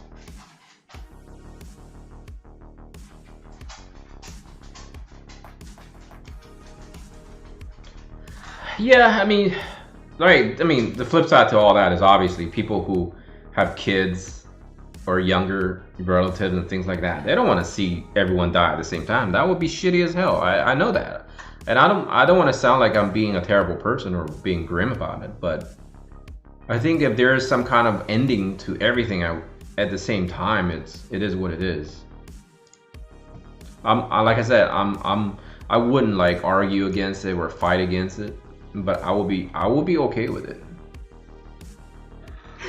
When Friday free thinking goes deep into free thinking. Oh man, dude, oh my gosh, you just made me laugh. You just made me. Seriously, you just made me. I can't wait. You just made me like love life right there. That comment is pretty cool. I should just make a thing. Hey guys, welcome to free thinking. Whatever is on your mind, come at me. Are we tearing? Are we tearing it now? No. I mean, look, I love a lot of people in my life. You know, I would hate to see people pass away.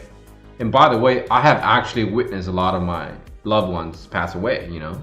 But I just feel like that's a terrible feeling as a human. Like that's one emotion that we have, or one sort of like this emotional thing is like when we get attached to other humans, animals, whatever, and when you see them pass away before you, that has got to be the shittiest feeling in the planet, right? That has got to be the worst feeling we can feel. Like that is the worst feeling in terms of being low and down and sad or whatever, right? That's got to be the worst.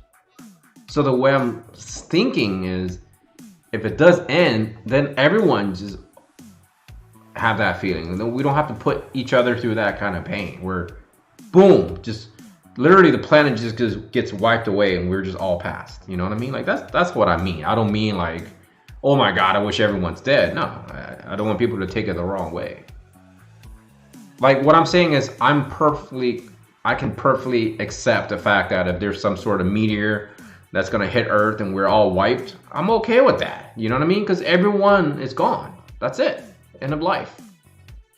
You know, I'm not okay with there's murders out there murdering individuals and shit like that, or COVID murdering family members, and then you have to unfortunately watch that scene unfold or something like that. You know, that's a shitty ass feeling that I don't wish upon anyone as a human, as an animal, for Christ's sake. You know what I mean? Like, if you're an animal, you've probably seen videos out there with YouTube and everything. There are dogs out there that are more than willing to defend his or her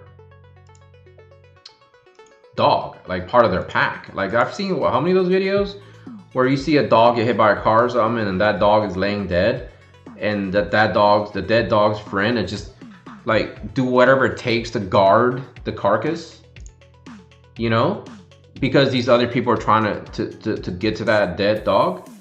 It's like even animals at the basic instinct of stuff is willing to protect their loved ones. That's how you know animals are fully known capable of love. Like you hear that shit all the time, where like dogs would defend their owners, or dogs would defend like kids, or dogs would defend whatever. I bet you see that shit in like, you see that in the wildlife too, like monkeys, tigers, lions, snakes, shit, you could think of anything. I mean, come on, ants. The ants are willing to sacrifice themselves to defend their other ants, including the queen, right? I mean, come on, we've done research, we know this. So everybody that's have any sort of brain activity or live knows what a sacrifice is.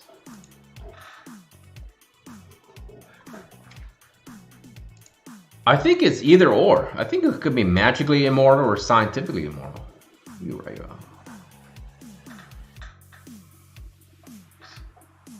Yeah, I mean, thank you, this. Thank you, this. That's what I mean. That's what I wanted to say. Death is a part of life. I get that. But seeing someone you love die, it's the worst feeling that I personally have experienced.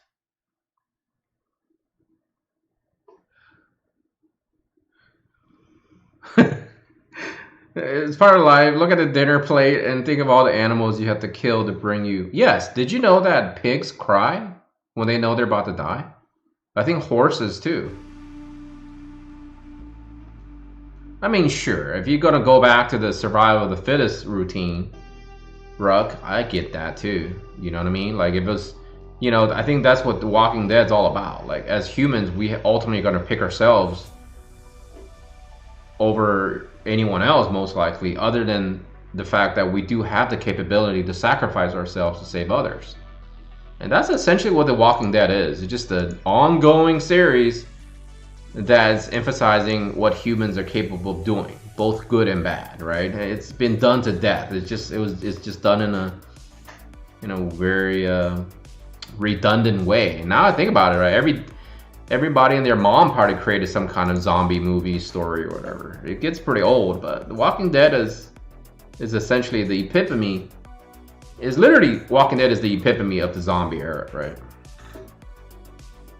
I'm guessing Francesca is a vegan. Yes, hive mentality, yes. That's what the ants have. Ants and bees. No animals die to feed me.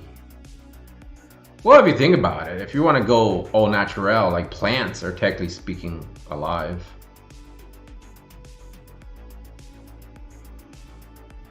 But we're not gonna go there, by the way, Francesca. We're not gonna go there. I'm personally not gonna go there. You guys can do whatever you want, but I'm not gonna go there. I think Walking Dead is more of a story about walking. It is. They're just walking around like idiots. And people get introduced, they die. And then more people get introduced, they die. It just keeps going. That story, I'm so happy they're ending it anyways.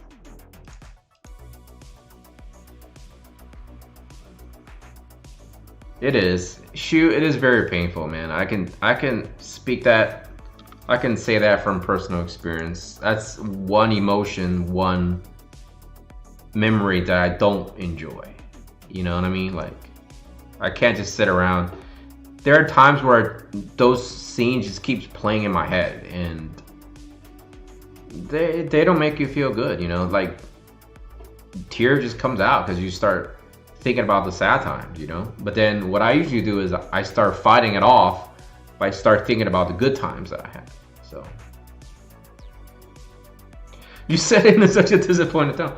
No, it's just, you know, I don't like to get into debates about certain things that are deemed controversial, you know. Like, I try to avoid those topics on my streams and in my channel and in life in general. Like, sometimes I don't follow what I preach in real life, you know, but I usually try to avoid that kind of things.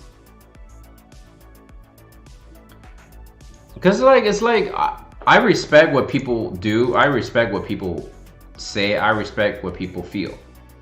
But when it comes down to trying to convince someone else of your feelings, that's something hard to do, right? Because like I've been into many conversations with people just about World Divisions on this channel, about how they think I'm a stupid idiot, that I don't know what I'm talking about, and people badmouthing me saying, oh, this and that and this, when I'm trying to convince them, listen, you may not see it that way, and I might not see it your way, but the whole point is to have dialogue. That's it, right? But if it's something bothering you, then we don't need to have that dialogue, because there are going to be people out there that I cannot convince them, and they cannot convince me. So it's kind of like it will never end. The conversation can never end. I appreciate the dialogue, to initiate the dialogue, but if it's going in a direction where it's not going to be good for people, then we don't need to continue that dialogue. Oh, no, sorry. No, I'm not trying to instigate anything, Francesca. I was just merely stating about people's mentalities on things. But trying to convince others is hard to do, because I realized no matter how you personally look at something, they're not going to be able to see it that way. You know what I mean? Like, you may think that it's logical to think the way you do, but others won't. And that's what makes us different. And that sometimes it's okay. Unless they threaten your lives, and then that's not okay. But, you know, you guys know what I'm saying. Therapy Fridays. Maybe that should be a new series. Welcome to Therapy Friday. I actually imagine if I was a real like a registered therapist, I could hold live stream where I'm playing video games, and I can have people come on and talk to me about their problems. Although that would definitely violate patient confidentiality, unfortunately, but they will have to agree that if they enjoy my stream, they're willing to share their problems.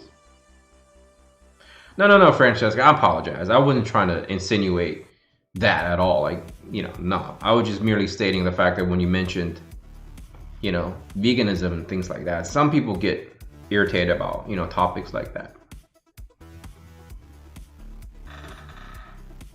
Okay, did I miss something? I possibly could have, but yes. Imagine that. Imagine if I had a channel where people come to me with their problems. This is all free because do you know how much people charge for therapy? Good Lord. I feel like I'm gonna say I feel like it could be I feel like sometimes it's like too much. Like, how can you charge somebody like $100 an hour for them to sit there and just tell you their problems? And by the way, I have been trained in like therapeutic communication, where I'm like trained to listen to people. Because sometimes when I work, I've actually used that before. Like, I dealt with like teenagers where they were shy to talk about their issues. And sometimes when you sit down, that's one thing I learned, is like, you sit down, when you guys been to the hospital. I hope you guys haven't been too many times. I mean, that's the honest truth. But if you have, you guys realize when a doctor comes into the room, or when a nurse comes into the room, or anyone comes into your room, right? You have the patient laying on the ground. You have the patient laying in bed. I'm sorry. You have the patient laying in bed, and then your family member sitting either in a couch or a chair or something next to the patient. And the patient could be a kid, and the patient could be an adult. Doesn't really matter.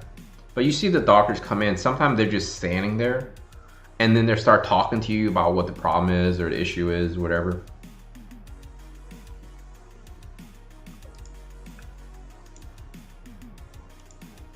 Hey, Pan, how you doing?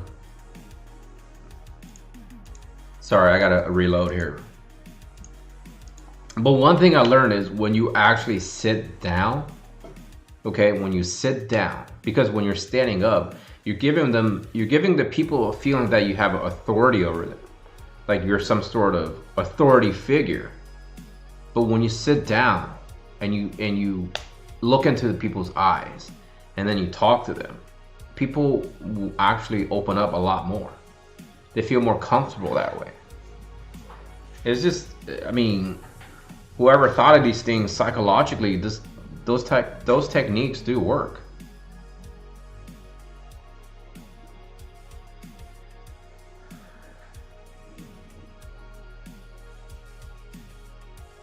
No, it's not that, Francesca. I actually tried eating just like, non-animal products, but it was tough for me. It was hard. It was hard for me to make that transition. But there are a lot of people, in any sort of groups, people who attach themselves to groups. They're going to be people who are misrepresenting their own groups and things like that, or they're just really passionate about whatever it is that they do, But like I said, I try to be careful with things like politics, religion, and controversial topics, so that way I don't like get into those type of situations. Aren't you guys glad that I equipped my anti-petrify, or else we would have lost that fight? I'm up to 29,000 medals, boys and girls.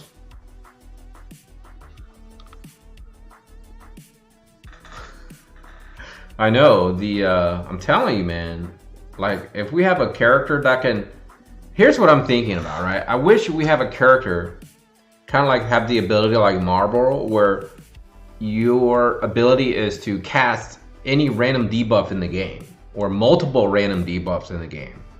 That's the type of unit I would tell Square Enix, shut up and take my money for sure. I would love that kind of unit. But we're talking about has good percentage, or maybe like a 25% chance to inflict random debuffs.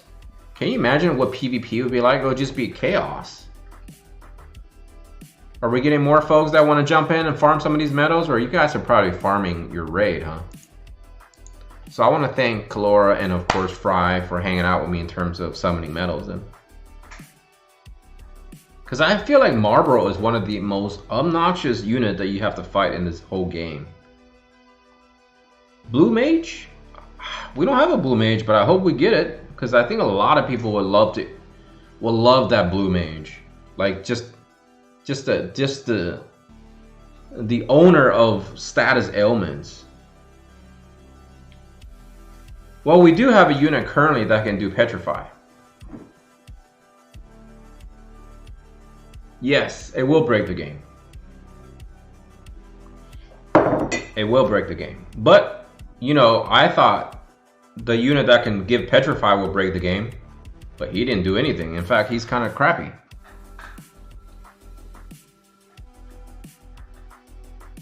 Oh, you're right, Pan. Okay, I'll wait. No problem. I'll give you guys like a minute or so. The class mime from Final Fantasy Tactics? Yes. It will be chaos if they add units that will just sit there and cast debuffs to each other. They should just change the game to War of the Debuff instead of War of the Visions.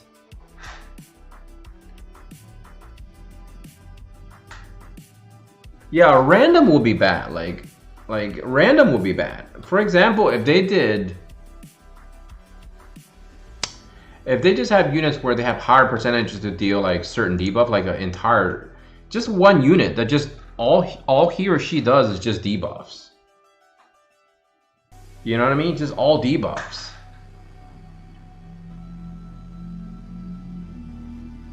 Like for example, like you can cast Petrify, Sleep, Paralysis, Toads, all that stuff. Like right now we have access to a lot of the debuffs, but not every debuff on one unit. I would love to have one of those units to play with. You know, the easy balance though, like, you know, someone said it will be broken, right? The easy balance will be this. And they do this for a lot of RPGs. Essentially, what you have to do is balance PvE versus PvP separately. And it's a lot of work. It's a lot of work for the companies, but it's a good amount of work if they do it right, right? We all know that in like, was it World of Warcraft and PvP? It was different. Hey Zen, how you doing? I should stop calling you Zen because there's another Zen. I should call you Xena. I hope you're okay with me calling you Xena. Yeah, Doom, you know, you guys probably been facing Doom a lot lately because of the brutal quests, those pikemen, they cast Doom, or those bowmen, they cast Doom.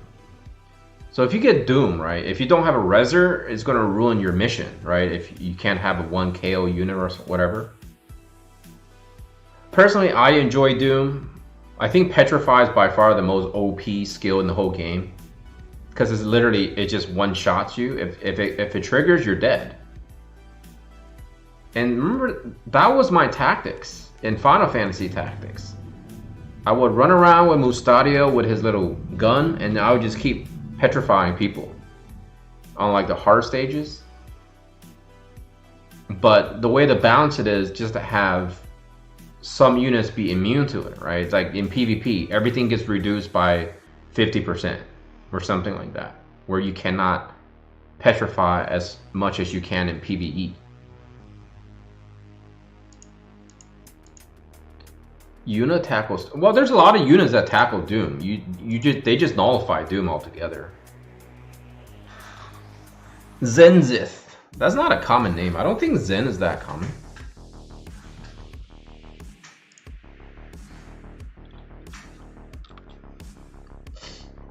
I think if I start exercising a lot more, I will feel much better. Like, for those of you who don't know, by the way, I think what I'm gonna do is I want to do a Q&A for the 1,000 subscriber video, because I think I'm getting a lot more folks that haven't watched my older videos, so they don't know everything about me, right? I think having a channel, ultimately, it's about, especially gaming, is about the individual. So you want people to get to know who you are, and at that point they can say, that guy's a piece of shit, or hey, that guy's all right. I can tolerate his voice. I can tolerate that guy. Hey, Illegit, how you doing, man? Long time no see, by the way. I know you were hanging out with me for a while, but then it's been a while. So I think maybe I'll do a Q&A, and I know it's cheesy. It really is. It's cliche and cheesy. But I have to be honest, I do want people to know who I am, you know? If you're gonna subscribe to the channel and you're gonna watch me day in and day out, you have to kind of either like who I am, or at least, as some people call it, tolerate me. I don't understand, like, here's one thing I don't understand is, why would some people come into my channel talk trash about me, and then say things like, well, I had your channel as an ignore, but then you come into the channel and you comment, and for some weird reason, and then you say you want to ban me from your YouTube viewing. I don't understand people in general. I don't understand why they would even bother conversing with somebody that they don't enjoy. Like, I don't understand that. I generally speaking don't talk to people at work if I don't enjoy working with them, you know, or I don't agree with how they see things. You know, I work with them, but if I don't have to talk to them, what'd be the reason? I don't get it, but anyways. Will we see a chemist class in World Visions? Yes. Items are obsolete though, you know? They are. I think I've used potions like a couple of times in this whole game. And then every time they give us a mission, they will always say, do not use items. So I'm like, well then why are you giving us items if you don't encourage us to use it? This just seems dumb. Oh, I already banned that person from the channel. The person came into the channel, like started like saying things about the topic of conversation, and then that person also said, oh, by the way, I had your channel on ignore anyways, or I was thinking about ignoring you. So then I was thinking to myself, then why are you carrying this conversation with me for this long? Like, because we went back and forth on the topic of conversation. And that's when I realized I can't convince this person, and this person can't convince me. And so he's like, this person's like, well, I'm just gonna like ban you from my YouTube viewing. I don't know if you can even do that, by the way. I know I can do that. As a person who has a channel, I know I can ban people from my channel. But I just didn't understand, why would you even bother coming into the channel to even make a comment about the subject if you were trying to ignore me all this time? It's just like, it doesn't click in my brain. I don't get people. I really don't. Like, I really don't. Like, here's how I look at it. There's people who tell me that they don't like the way I talk. They don't like the way I say things. They feel like I'm too negative, all this and that and this and that. I'm like, that's fine. But why are you here talking to me in the first place? Just move along. There's literally millions of people on this earth who has YouTube channels, you know? If I don't like somebody, I don't even bother. Oh my God, I crashed. If I don't like somebody, I don't bother watching their content at all. Like, I usually just don't. I don't even need to go in there and say anything, because I realize all it really does is incite more issues. So that's me though. Hey Ryan, how you doing, buddy? Well, the thing is, maybe that is the case, but then that person went and turned around and said that I was trying to get their attention. I'm like, but I was thinking to myself, but you're the one coming here to talk to me. I'm not the one seeking you out, because I don't know who you are. I have no way to seek you out. You know what I mean? I don't want to go and say that, Famous. I really don't. I really don't want to call people losers, because I did that before, and I feel like maybe I'm the loser, you know? It's like, that's the hard part about life, you know? In general speaking, it's like, I don't like to label people just because I encounter people like that. But it just seems really off. Can you imagine you're walking down the street, some guy comes up to your face and starts talking trash and say things like, I don't give a shit about you anyways, but I just want to tell you that. Then I'm just thinking, okay, why did you need to tell me that? You know what I mean? Like, it doesn't make sense. I have dealt with people that came onto my channel and try to verbally abuse me a lot. Like, this one guy was talking trash about me and then try to bring Diggs into the conversation and try to trash me and him. Look, bottom line is, I don't like drama. Like, I try to avoid it. If I see people getting too negative, I just ban them from the channel. Straight up. That's it. You know what I mean? Like, that's just what it is. But the thing is, I know people have animosities hidden. Everybody does. Like, you know, that recent situation where two top YouTube creators were going kind of back and forth about something that wasn't even there potentially, but it made it seem that way. You can see, like, I went there and read all the comments. I went and saw the comments. I was like, wow. So you're telling me people have animosity towards these YouTube creators, content creators already, but they just weren't coming out to say it. They were just waiting. They were lurking or whatever it is until something was on the table. And then they come out and say those things. And it just kind of like made me realize that's what people do on the internet. That's what people do. You know, if I ever hit like crazy astronomical numbers out there where I have start having some sort of influence on people out there in real life, all I can say is you can't let people try to bring you down. People have been saying that to me a lot. Like, people say that to me a lot. Like, when I first started this channel, people always say, don't let people bring you down. Keep doing what you do, you know? Just keep doing you, because there are gonna be people that are gonna funnel through your channel. They're gonna tell you things like, yeah, you know, you're a cool guy, and then they'll unsubscribe for whatever reason, and that's fine. Sometimes you need to unsubscribe to somebody if you quit playing the game. That's what I do. If I quit playing a game, I unsubscribe to all the people that I used to watch. And I'm perfectly cool with that. But what I'm not cool with is people coming through to try to bring you down for no apparent reason other than to bring you down, or they don't like my voice. You know what? There's nothing I can do about my voice. You know what I mean? Like, there's nothing I can do about it. All I can do is share how I feel about life. I feel like I'm pretty passionate about stuff that I enjoy. I am, you know? And then there are times where I lose that passion. You can't fault me for that. That's acceptable. It is. It's really acceptable. But it's weird. It's like you said, it's ironic that somebody comes to my channel and says I'm drawing their attention when they're trying to draw my attention.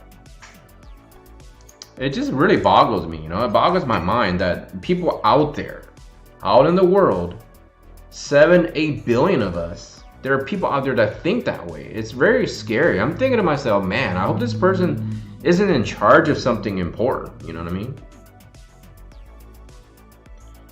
Have you seen my Ramza clip doing 100K? 10K? No. What were you doing that's 10K?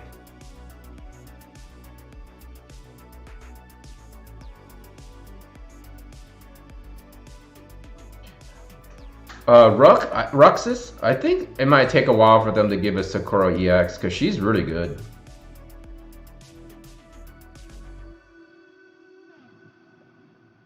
Negative energy consumes the attacker first. That's a good one, Gary. I like that a lot, actually. Holy shit, Ultimate did 10... Wait, are you saying 10K to one unit or 10K, like, total? I don't think I've ever seen 10K. I should check that out. Do you have it up? Because I have Ramza. I would love to do 10K damage. It could be clout chasing. The whole cancel culture is that. Well, I'm not exactly sure what cancel culture is. Hey Sheldon, how you doing? Oh man. Your name is Sheldon. I really enjoy that name. Oh, you posted on... Okay. I should check it out then. I haven't posted on Instagram in a long time.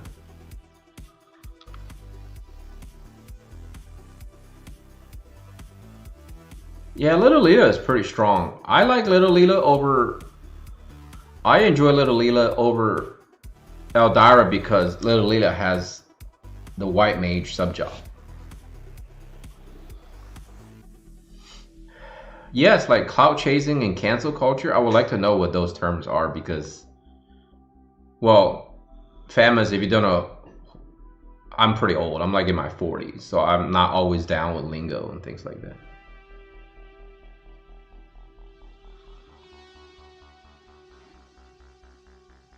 Well, there's two reasons I like your name. One, I never heard that name too often until I watched that show, Big Bang Theory, right? There's Sheldon. I think honestly that was the first time I ever heard of the name Sheldon, to be honest.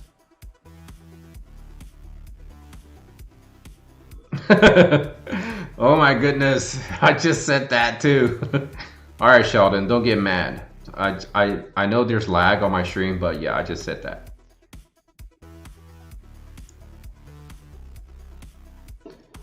So let's see. It's when people stir up drama to get popular.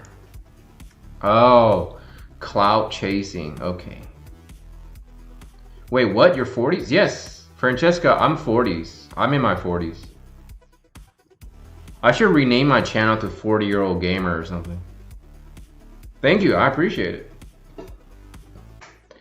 I appreciate the fact that you're being very kind. But no, that's the straight truth, Sheldon. That's the very first time I've heard of that name was when I watched The Big Bang Theory. Google, a cloud chaser is a person who hangs around with only famous people for the sake of gaining popularity by either looping their style or biting their signature moves. Well, first off, I'm not famous, even though my fiance always jokes around me. She's like, you're famous now. I was like, no, I'm not.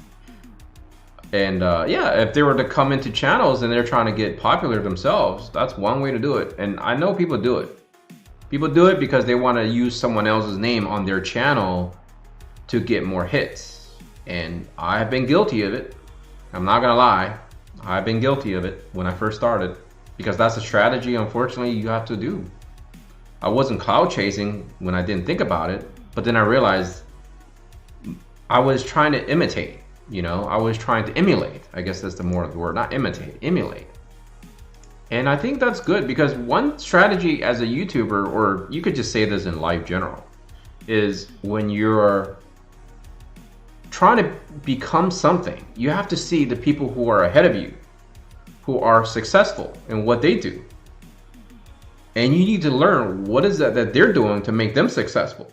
And I think if you don't do it that way, then you're clearly too close-minded, right? Like I used to think, man, I used to think I'm so proud that I don't want to watch these other content creators because I'm just jealous of them. Why do they have so many subscribers? Da da da da da da. Why do people not like me? Da da da da. Then I realized it's me. It's not them. It's not anyone else. It's me. It's me who's not putting in the work. It's me who is not trying to improve. And that's what I've learned. I need to just improve myself. Instead of blaming others why if you're not getting views or you're not doing things, look at your video, look at yourself and see what is that you're not doing better. That's the only way you can improve. You know, you have to accept the fact that not everyone's gonna like you. And that's what it is. And I'm okay with that, you know? I have my own style. Compared to Diggs, Cabbage, or on J, Mysteria Gaming, any other guys that you guys can think of right now, I'm different than they are. I am. I do my own thing. I don't try to chase something. Have you guys noticed that we have not been getting this stupid item? This thing is really rare to get, by the way. I don't know anybody out there who has 63 copies already. But I think I'm gonna keep going that direction. I'm gonna keep doing what I do. And not really worry about what other people do. But if people are better than me, I do watch their content. And I do try to see what I could do to improve myself by watching others. And I think that makes sense. Cloud chasing sounds dumb.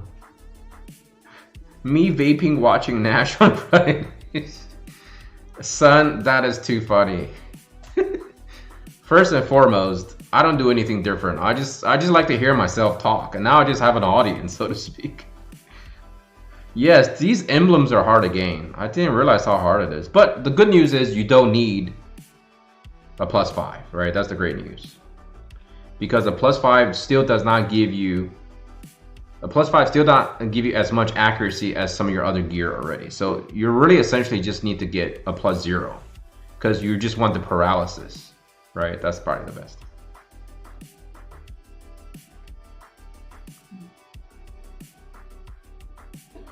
Being on the Diggs 6 months probably helped. Well, I noticed that a lot of you folks, a lot of the World Vision community, they watch all the content creators, and everyone has their own favorites, and you know, as they should.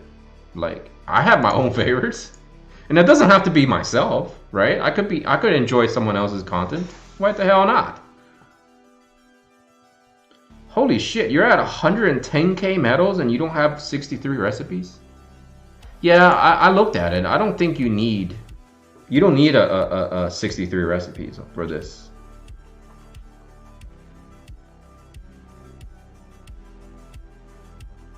I agree. There's no one that I despise in World Vision's community in terms of content creation. How far did I get into the raid? I'm on level 93. I can solo. I'm pretty sure I can solo the whole thing, but I will need extra orbs. I cannot beat it on one orb. I don't know how many people out there that can beat it on one orb, because I don't have the proper units, in my opinion, anyways. I'm actually running a levels I think I'm running a level 69. I'm running a level 69 Howlet, so. Right now, honestly, like, I really still enjoy Cabbage videos. Like, I enjoy him as a person. I really do enjoy his philosophy at looking at life. You know, it's the very calm approach to life. Look at that, we got 4 in the back-to-back. And I definitely don't mind Diggs anymore. I don't know if I said that to him, but I said it on my stream before, and there's nothing to be ashamed of. I don't like the way he laughs, you know, but that's his natural thing, and there's nothing I can do about it. But I don't mind Diggs at all. But I know I don't want to call him a doctor. That's one thing I got to be honest with everybody. That's my transparency. I don't enjoy calling him Dr. Diggs, you know. That's just me though. That's just me being stupid. I just call him Diggs. And I've been talking to him lately a lot because we chat on Discord because we're supposed to do the collaboration, the 1-year anniversary collaboration. There's a lot of people on board on it. So I want to work with him and see what happens, you know. So I haven't really watched too many RNJ's videos. I used to watch Mysidia's videos, and I think they have, this might sound stupid, but I think they have very like normal, quote unquote, normal personalities, right? There's nothing extreme. There's no extreme to one end, and there's no extreme to the other. You know, there's not a lot of obnoxiousness coming from them. They seem very mature individuals. I think RNJ is a teacher, if I'm not mistaken. And I think Mysidia Gaming is going for his doctor's degree or something like that, master's degree. So they definitely seem to be very educated folks. You know, I don't personally dislike anybody. I think there are people out there that I would prefer not to watch because I don't agree with their content, but that doesn't mean I despise them as an individual. I honestly don't have enough time to watch every content creator. I don't have time to sit down and literally just watch everyone's video every day. Like, I can't do that. Like, I just don't have the time in the day to do that. Clay, yes. I actually first started watching him, believe it or not. Clay, I actually watch him. He has a lot of energy. He has very good positive energy. Like, you can see it on his face. Like, when he talks, he's very good. Like, he just exudes energy. Like, you know, it's not necessarily positive or negative. It's just he extrudes excitement. Like, I don't know if he's been practicing that over time, because if you go back and watch his older videos or when he streams, he's very like casual. And then that's one thing I've learned is when you watch someone stream compared to you watching them make content on YouTube is different. People are very like serious, you know, they're very like serious. They want to make sure their speech is correct, and they want to make sure they're not using a lot of ums and uhs and shit like that, and make sure they have a script. And you know, the people who are deemed as quote unquote professionals, they're probably at the point where they like have scripts written them. They probably have a camera crew shooting them. There are people out there that are so famous in terms of YouTubers that they have people doing all the actual real studio work for them.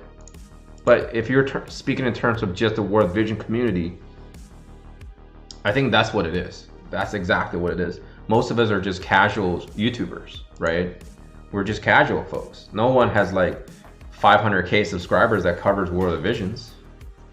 Not that I know of anyways. So most of us were just using this as a platform to springboard into doing YouTube. But I hope to do a little bit more. Like I have things that I want to do later on, you know, like hopefully soon. But you know, I have to take baby steps. I can't just start sprinting a marathon or whatever when I can't even like walk properly, right? But personally, I don't mind any of the content creators. I think everyone has their own goal, everyone has their own agenda, everyone has their own style, and I'm okay with whatever it is that they do. I seriously don't have any issues with anybody. You know, I think if I ever have issues, it'll be because, like I said, the negative energy some people try to bring into these channels or into the community. Those are the folks that I really want to just push them away. Like, you know, they need to go do their own thing anyways. If they don't enjoy content creators, then they don't have to watch YouTube anyways, right? I feel like that's honestly, I feel like I don't flip the switch or anything. Like when I do my videos or when I do stream, I'm the same. Like if I'm laughing, I'm laughing. If I'm pissed, I'm pissed. I don't try to do anything quote unquote formal. And I think it has to do with the fact that I refuse to do something that I don't like doing. Like I'm always that guy that if I don't enjoy doing it, I'd rather just not do it at all. You know, I don't want to be conformed to doing something just because everyone else is doing it, you know, one way. Like if you watch some of the best YouTubers on YouTube, I'm not convinced that they all act the way they do on their videos. That's just me. Like I keep telling people transparency. If you come and watch my stuff, you're gonna always see me every single time. This is me, this is who I am, this is what I do. I'm not gonna be any more different than I need to be. Although, by the way, I have taken acting classes though. Like I have taken that. Like I know what I should be doing in terms of being formal and being courteous and being respectful and being professional. But that's different than when you're like streaming. I noticed that. I noticed it right away that the people who try to entertain people, they're the ones that are very genuine when they're streaming. They're just who they are. They're just acting themselves. Like some people, like when they do YouTube videos, they don't do a lot of cursing. They don't do any of that. But then when they stream, they're just like dropping F-bombs every other sentence. And I'm just like, I'm confused. Why? Like, you know, what's the point of that? So Miss City is a teacher as well. That's interesting. I didn't know that. I know he was going back to get his degree on something.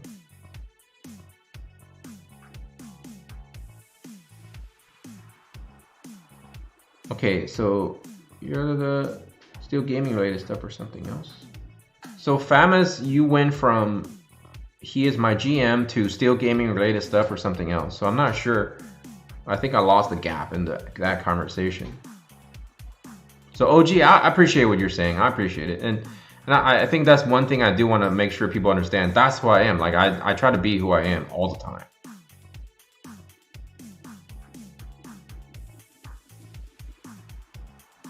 Thank you, Francesca.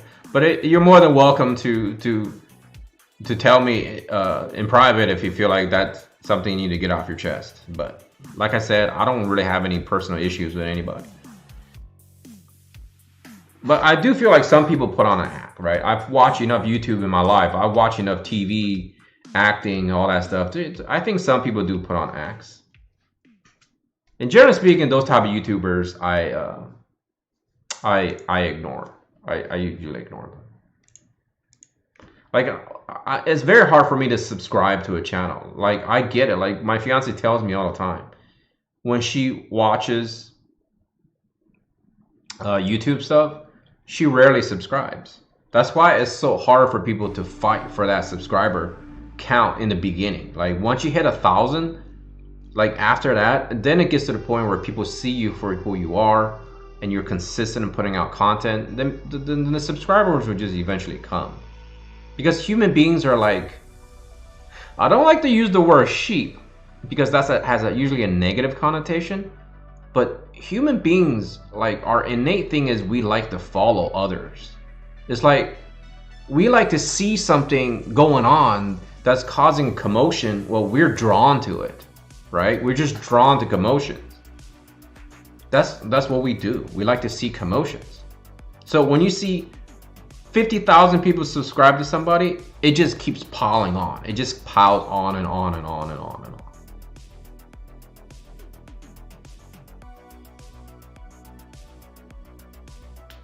No, I get it. I have people tell me that I'm that way to them.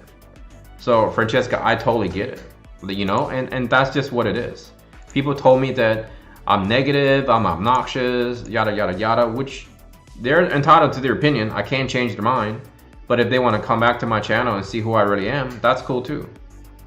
You know, there's people in this channel, in chat right now that has been following me since day one. You know, like people out there feel like I don't change. And I haven't changed over this last year. And I've just been who I am. I mean, I'm not going to lie. There are days when I made my videos, I have been very obnoxiously negative because one is probably due to the fact that I didn't sleep very well. There are days where I make videos at 3 a.m., 4 a.m., I just learn. Or when I get home from work, I just realize my brain simply does not catch up to what my, like I can't say what my brain is thinking. You don't understand the back. All right, let me put it this way. You guys don't understand. Oh, I don't want to say you guys don't understand. That sounds negative.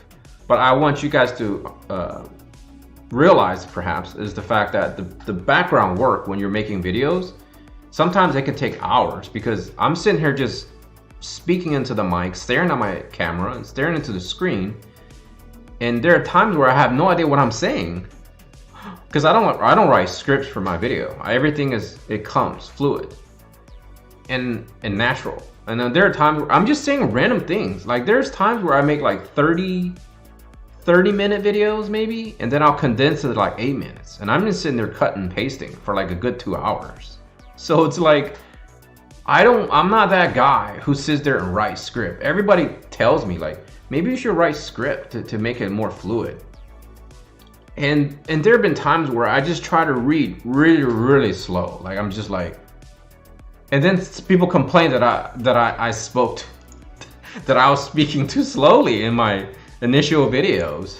It's just like I realized, man, I can't please people, man. And so I just learned that when I do video, I want to do my natural instinct, my natural thoughts on things.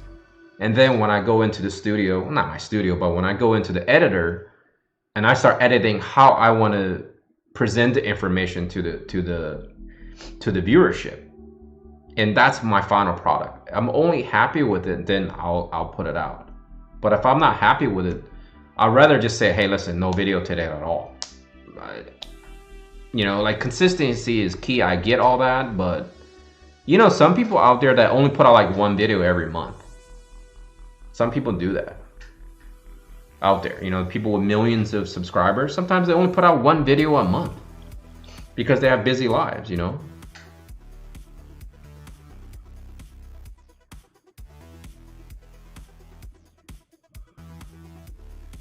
You're just being old, huh? Second. I love you, man. You're like, you're always make me laugh and smile. I know you make little pokes at me and jabs at me, but I appreciate it though. I appreciate that because it's fun. You know, you don't do YouTube without a thick skin sometimes, you know. Yeah, I appreciate that, son. I know that's like, that's how you know like someone is supporting you as an individual and not necessarily the game. You know what I mean? I do get it though. Like some people only subscribe to somebody who they can go back to a lot, right? Ryan made a good point there. And the people that I subscribe to, generally speaking, I subscribe to for a few reasons. One, they give me good information on something that I'm doing in my life, right? That's obvious. And then two, if you just enjoy their personality, they just make you laugh, right? They make you have a good time every time you watch their stuff. Or three, you need to tune into their stuff because you need to keep updated on whatever they're doing. There's only three reasons for me to subscribe. So information, entertainment, and of course, I need to keep myself updated whatever that specific situation is.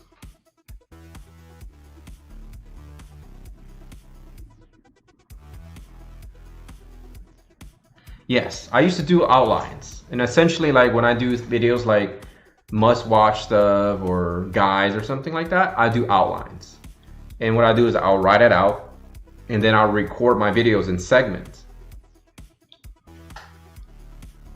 So that way I kind of have an idea what I want to say during a specific segment.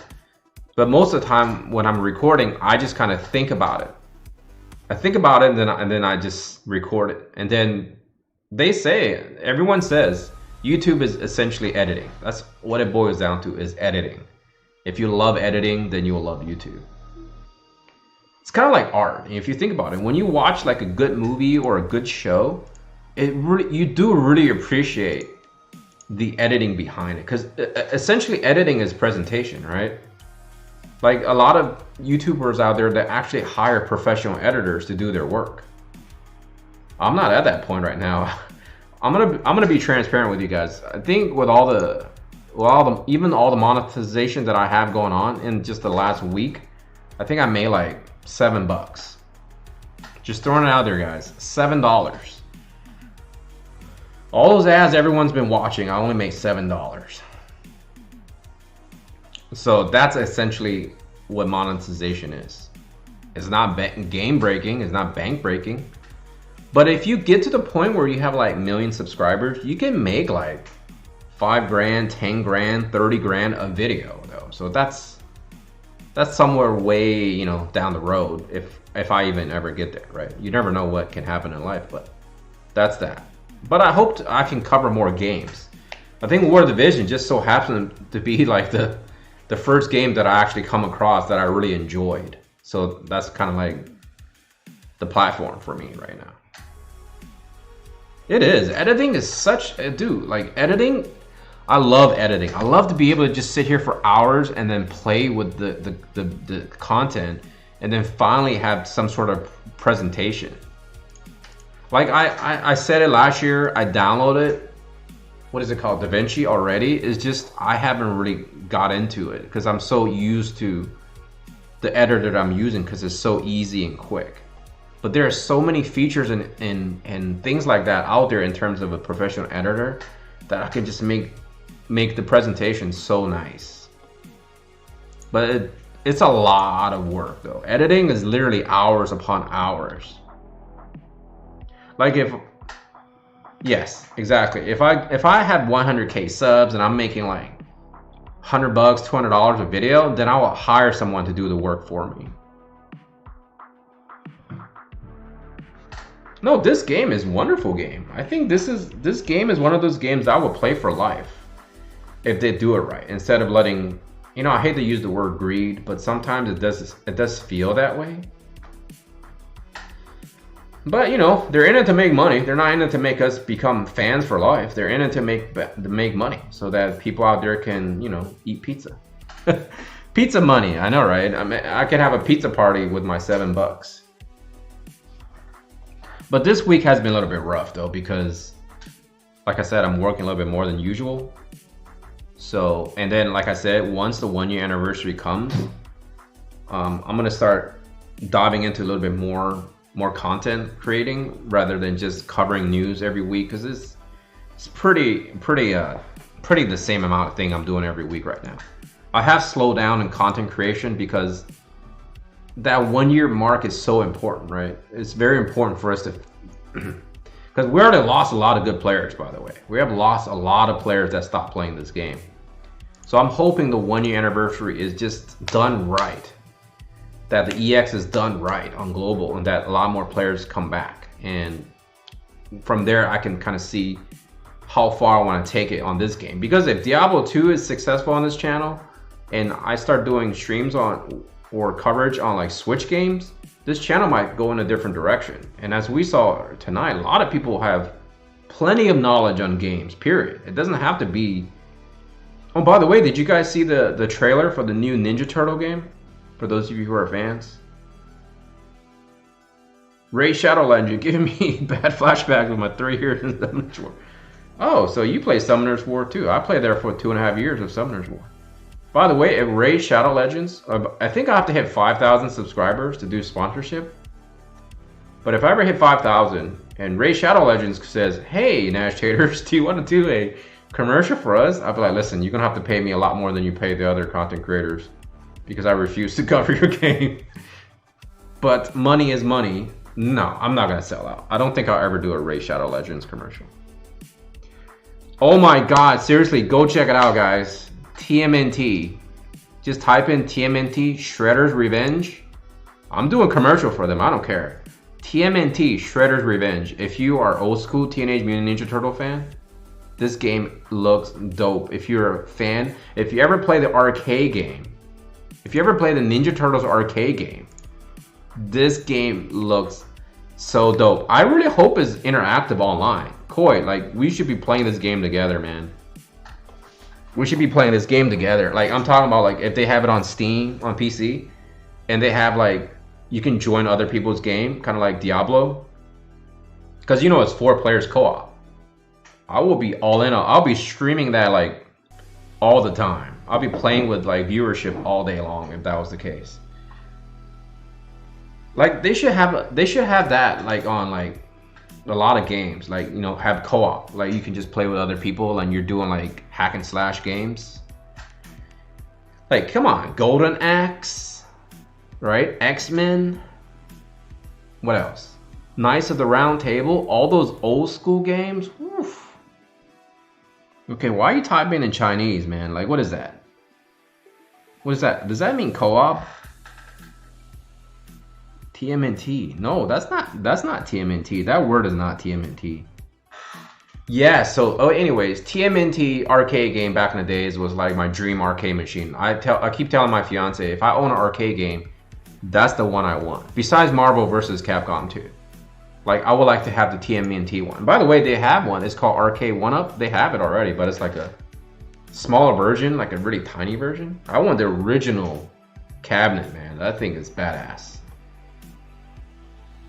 So anyway, so they're making a new game. It's called TMNT Shredder's Revenge. Oh, it means what? It does? Shit, my Chinese is so bad, man. I have like a second grade reading comprehension level. Oh, okay. All right, my bad. That's not even Chinese. It looks like Chinese, but Nani? Yes. Okay, let's talk about this. TMNT Shredder's Revenge.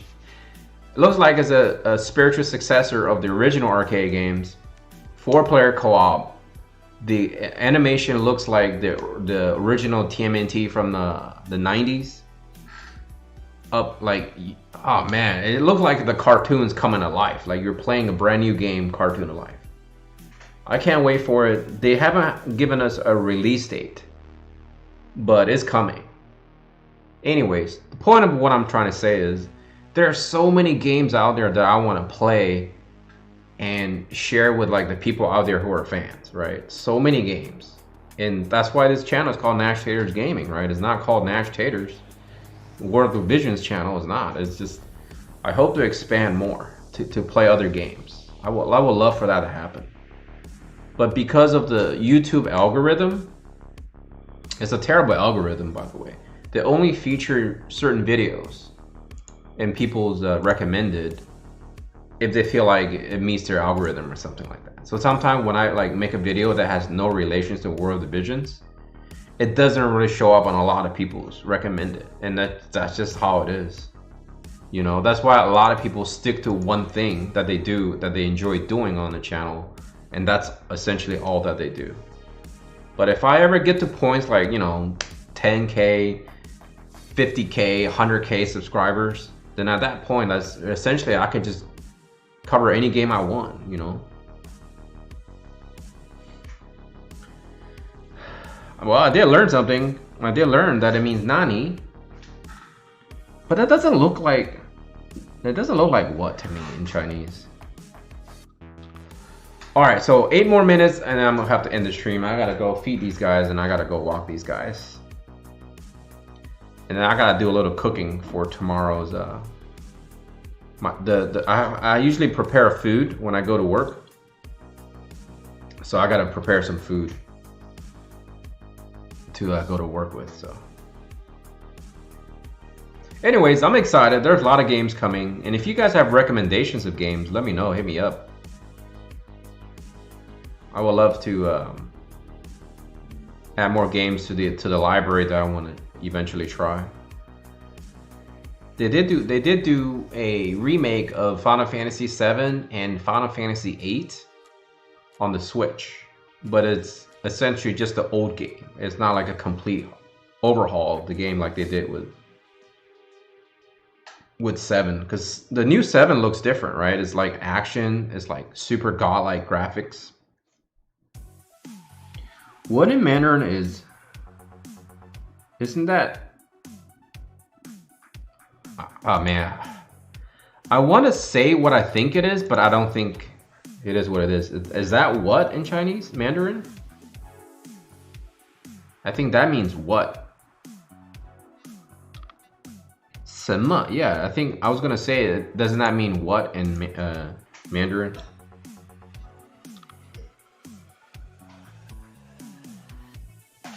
So how do you pronounce that word then? It means what is actually Japanese for Nani. Oh, so okay, I see what you're saying. So it means nani, like everyone keeps saying, but it's in Japanese writing. But even though it looks Chinese to me, I get you. Okay, I got you.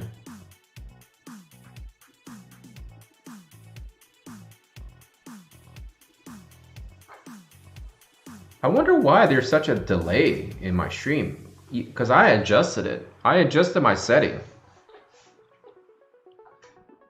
to not having such long delays, but maybe it's just Streamlab.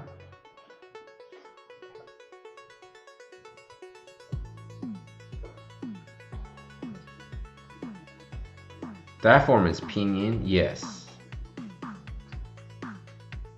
什么, yep. See, I can read that, but my reading comprehension level is not very high.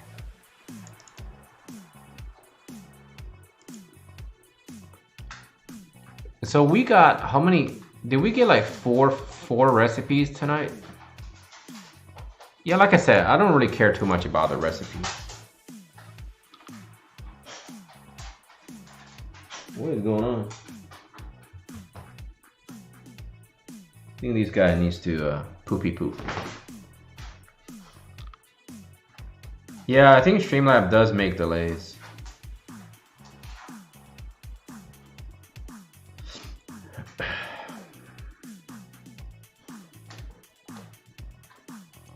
I think I'm gonna have to start doing maybe a little bit of Twitch, because I know some people actually prefer Twitch over YouTube. But I don't think I'm gonna do Twitch to kind of do money making like a lot of people do, because I think you have to stream. I want to say you have to stream a certain number of hours per week and a certain number of times per month or something like that. Like there has to be like some kind of schedule. I'm not ready to do all that, man. Like doing it on Friday, it's kind of cool for me. But I think if I start playing other games, like Twitch might seem to make more sense for like, you know, certain things. Some people prefer YouTube though.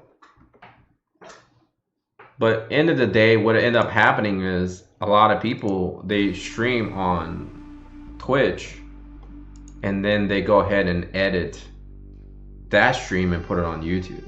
You know, you get your income from two sources. I think Oron J is doing that for sure. And Diggs is doing that. But I have a feeling that maybe Oron J is thinking of maybe become a full-time streamer himself.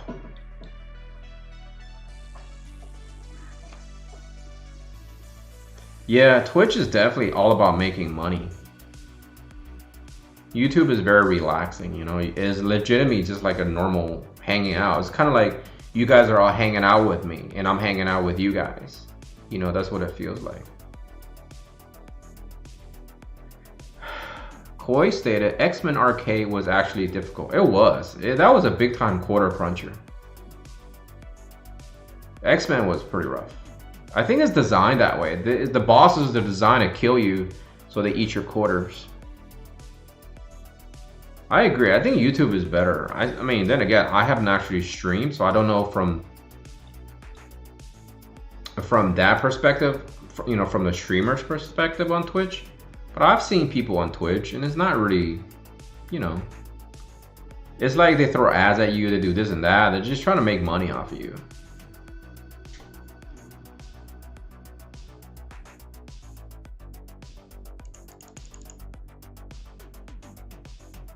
I'm not gonna lie, if I can make $100 off of whatever it is that I do,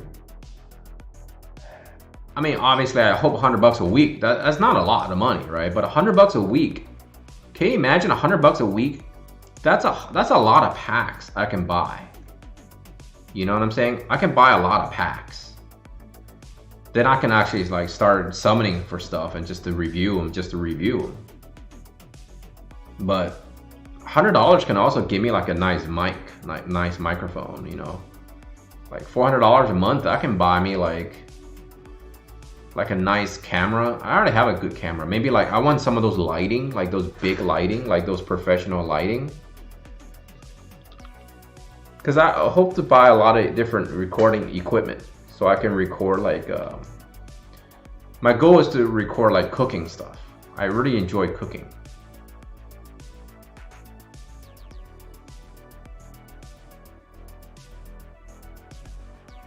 But I know, like I said, YouTube is all about algorithms.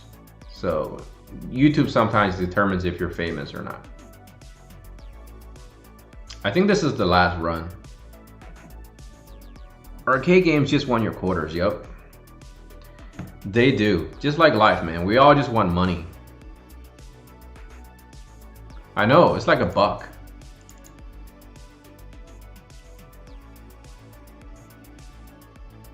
I mean, my chair is not bad. By the way, gaming chairs are not that comfortable. They're just like a fad. My chair is super comfortable, so. All right, guys, that's it. I'm sorry, I'm getting tired myself, so. I appreciate you guys coming. Seriously, I can't tell you guys how much I appreciate those folks that comes every week to support me and support this channel and support this game, really. I want to thank you guys. I hope I can put out that thank you video on the 1,000 subscribers. Hopefully next week, because then after I get this weekend work done, I should have a lot more free time to do this. But so you guys take care and, you know, enjoy your weekend. Make sure you guys, you know, stay safe out there, you know. Get your shots in there if you have access to those shots. By the way, I just got my first shot last week. So, and you know, keep doing what you guys do. Farm, take care of yourselves, you know, and love your loved ones and take care of yourself and all your loved ones, right? That's all I always say. So, see you guys next time, okay? I'll see you guys probably most likely on Monday. So, peace.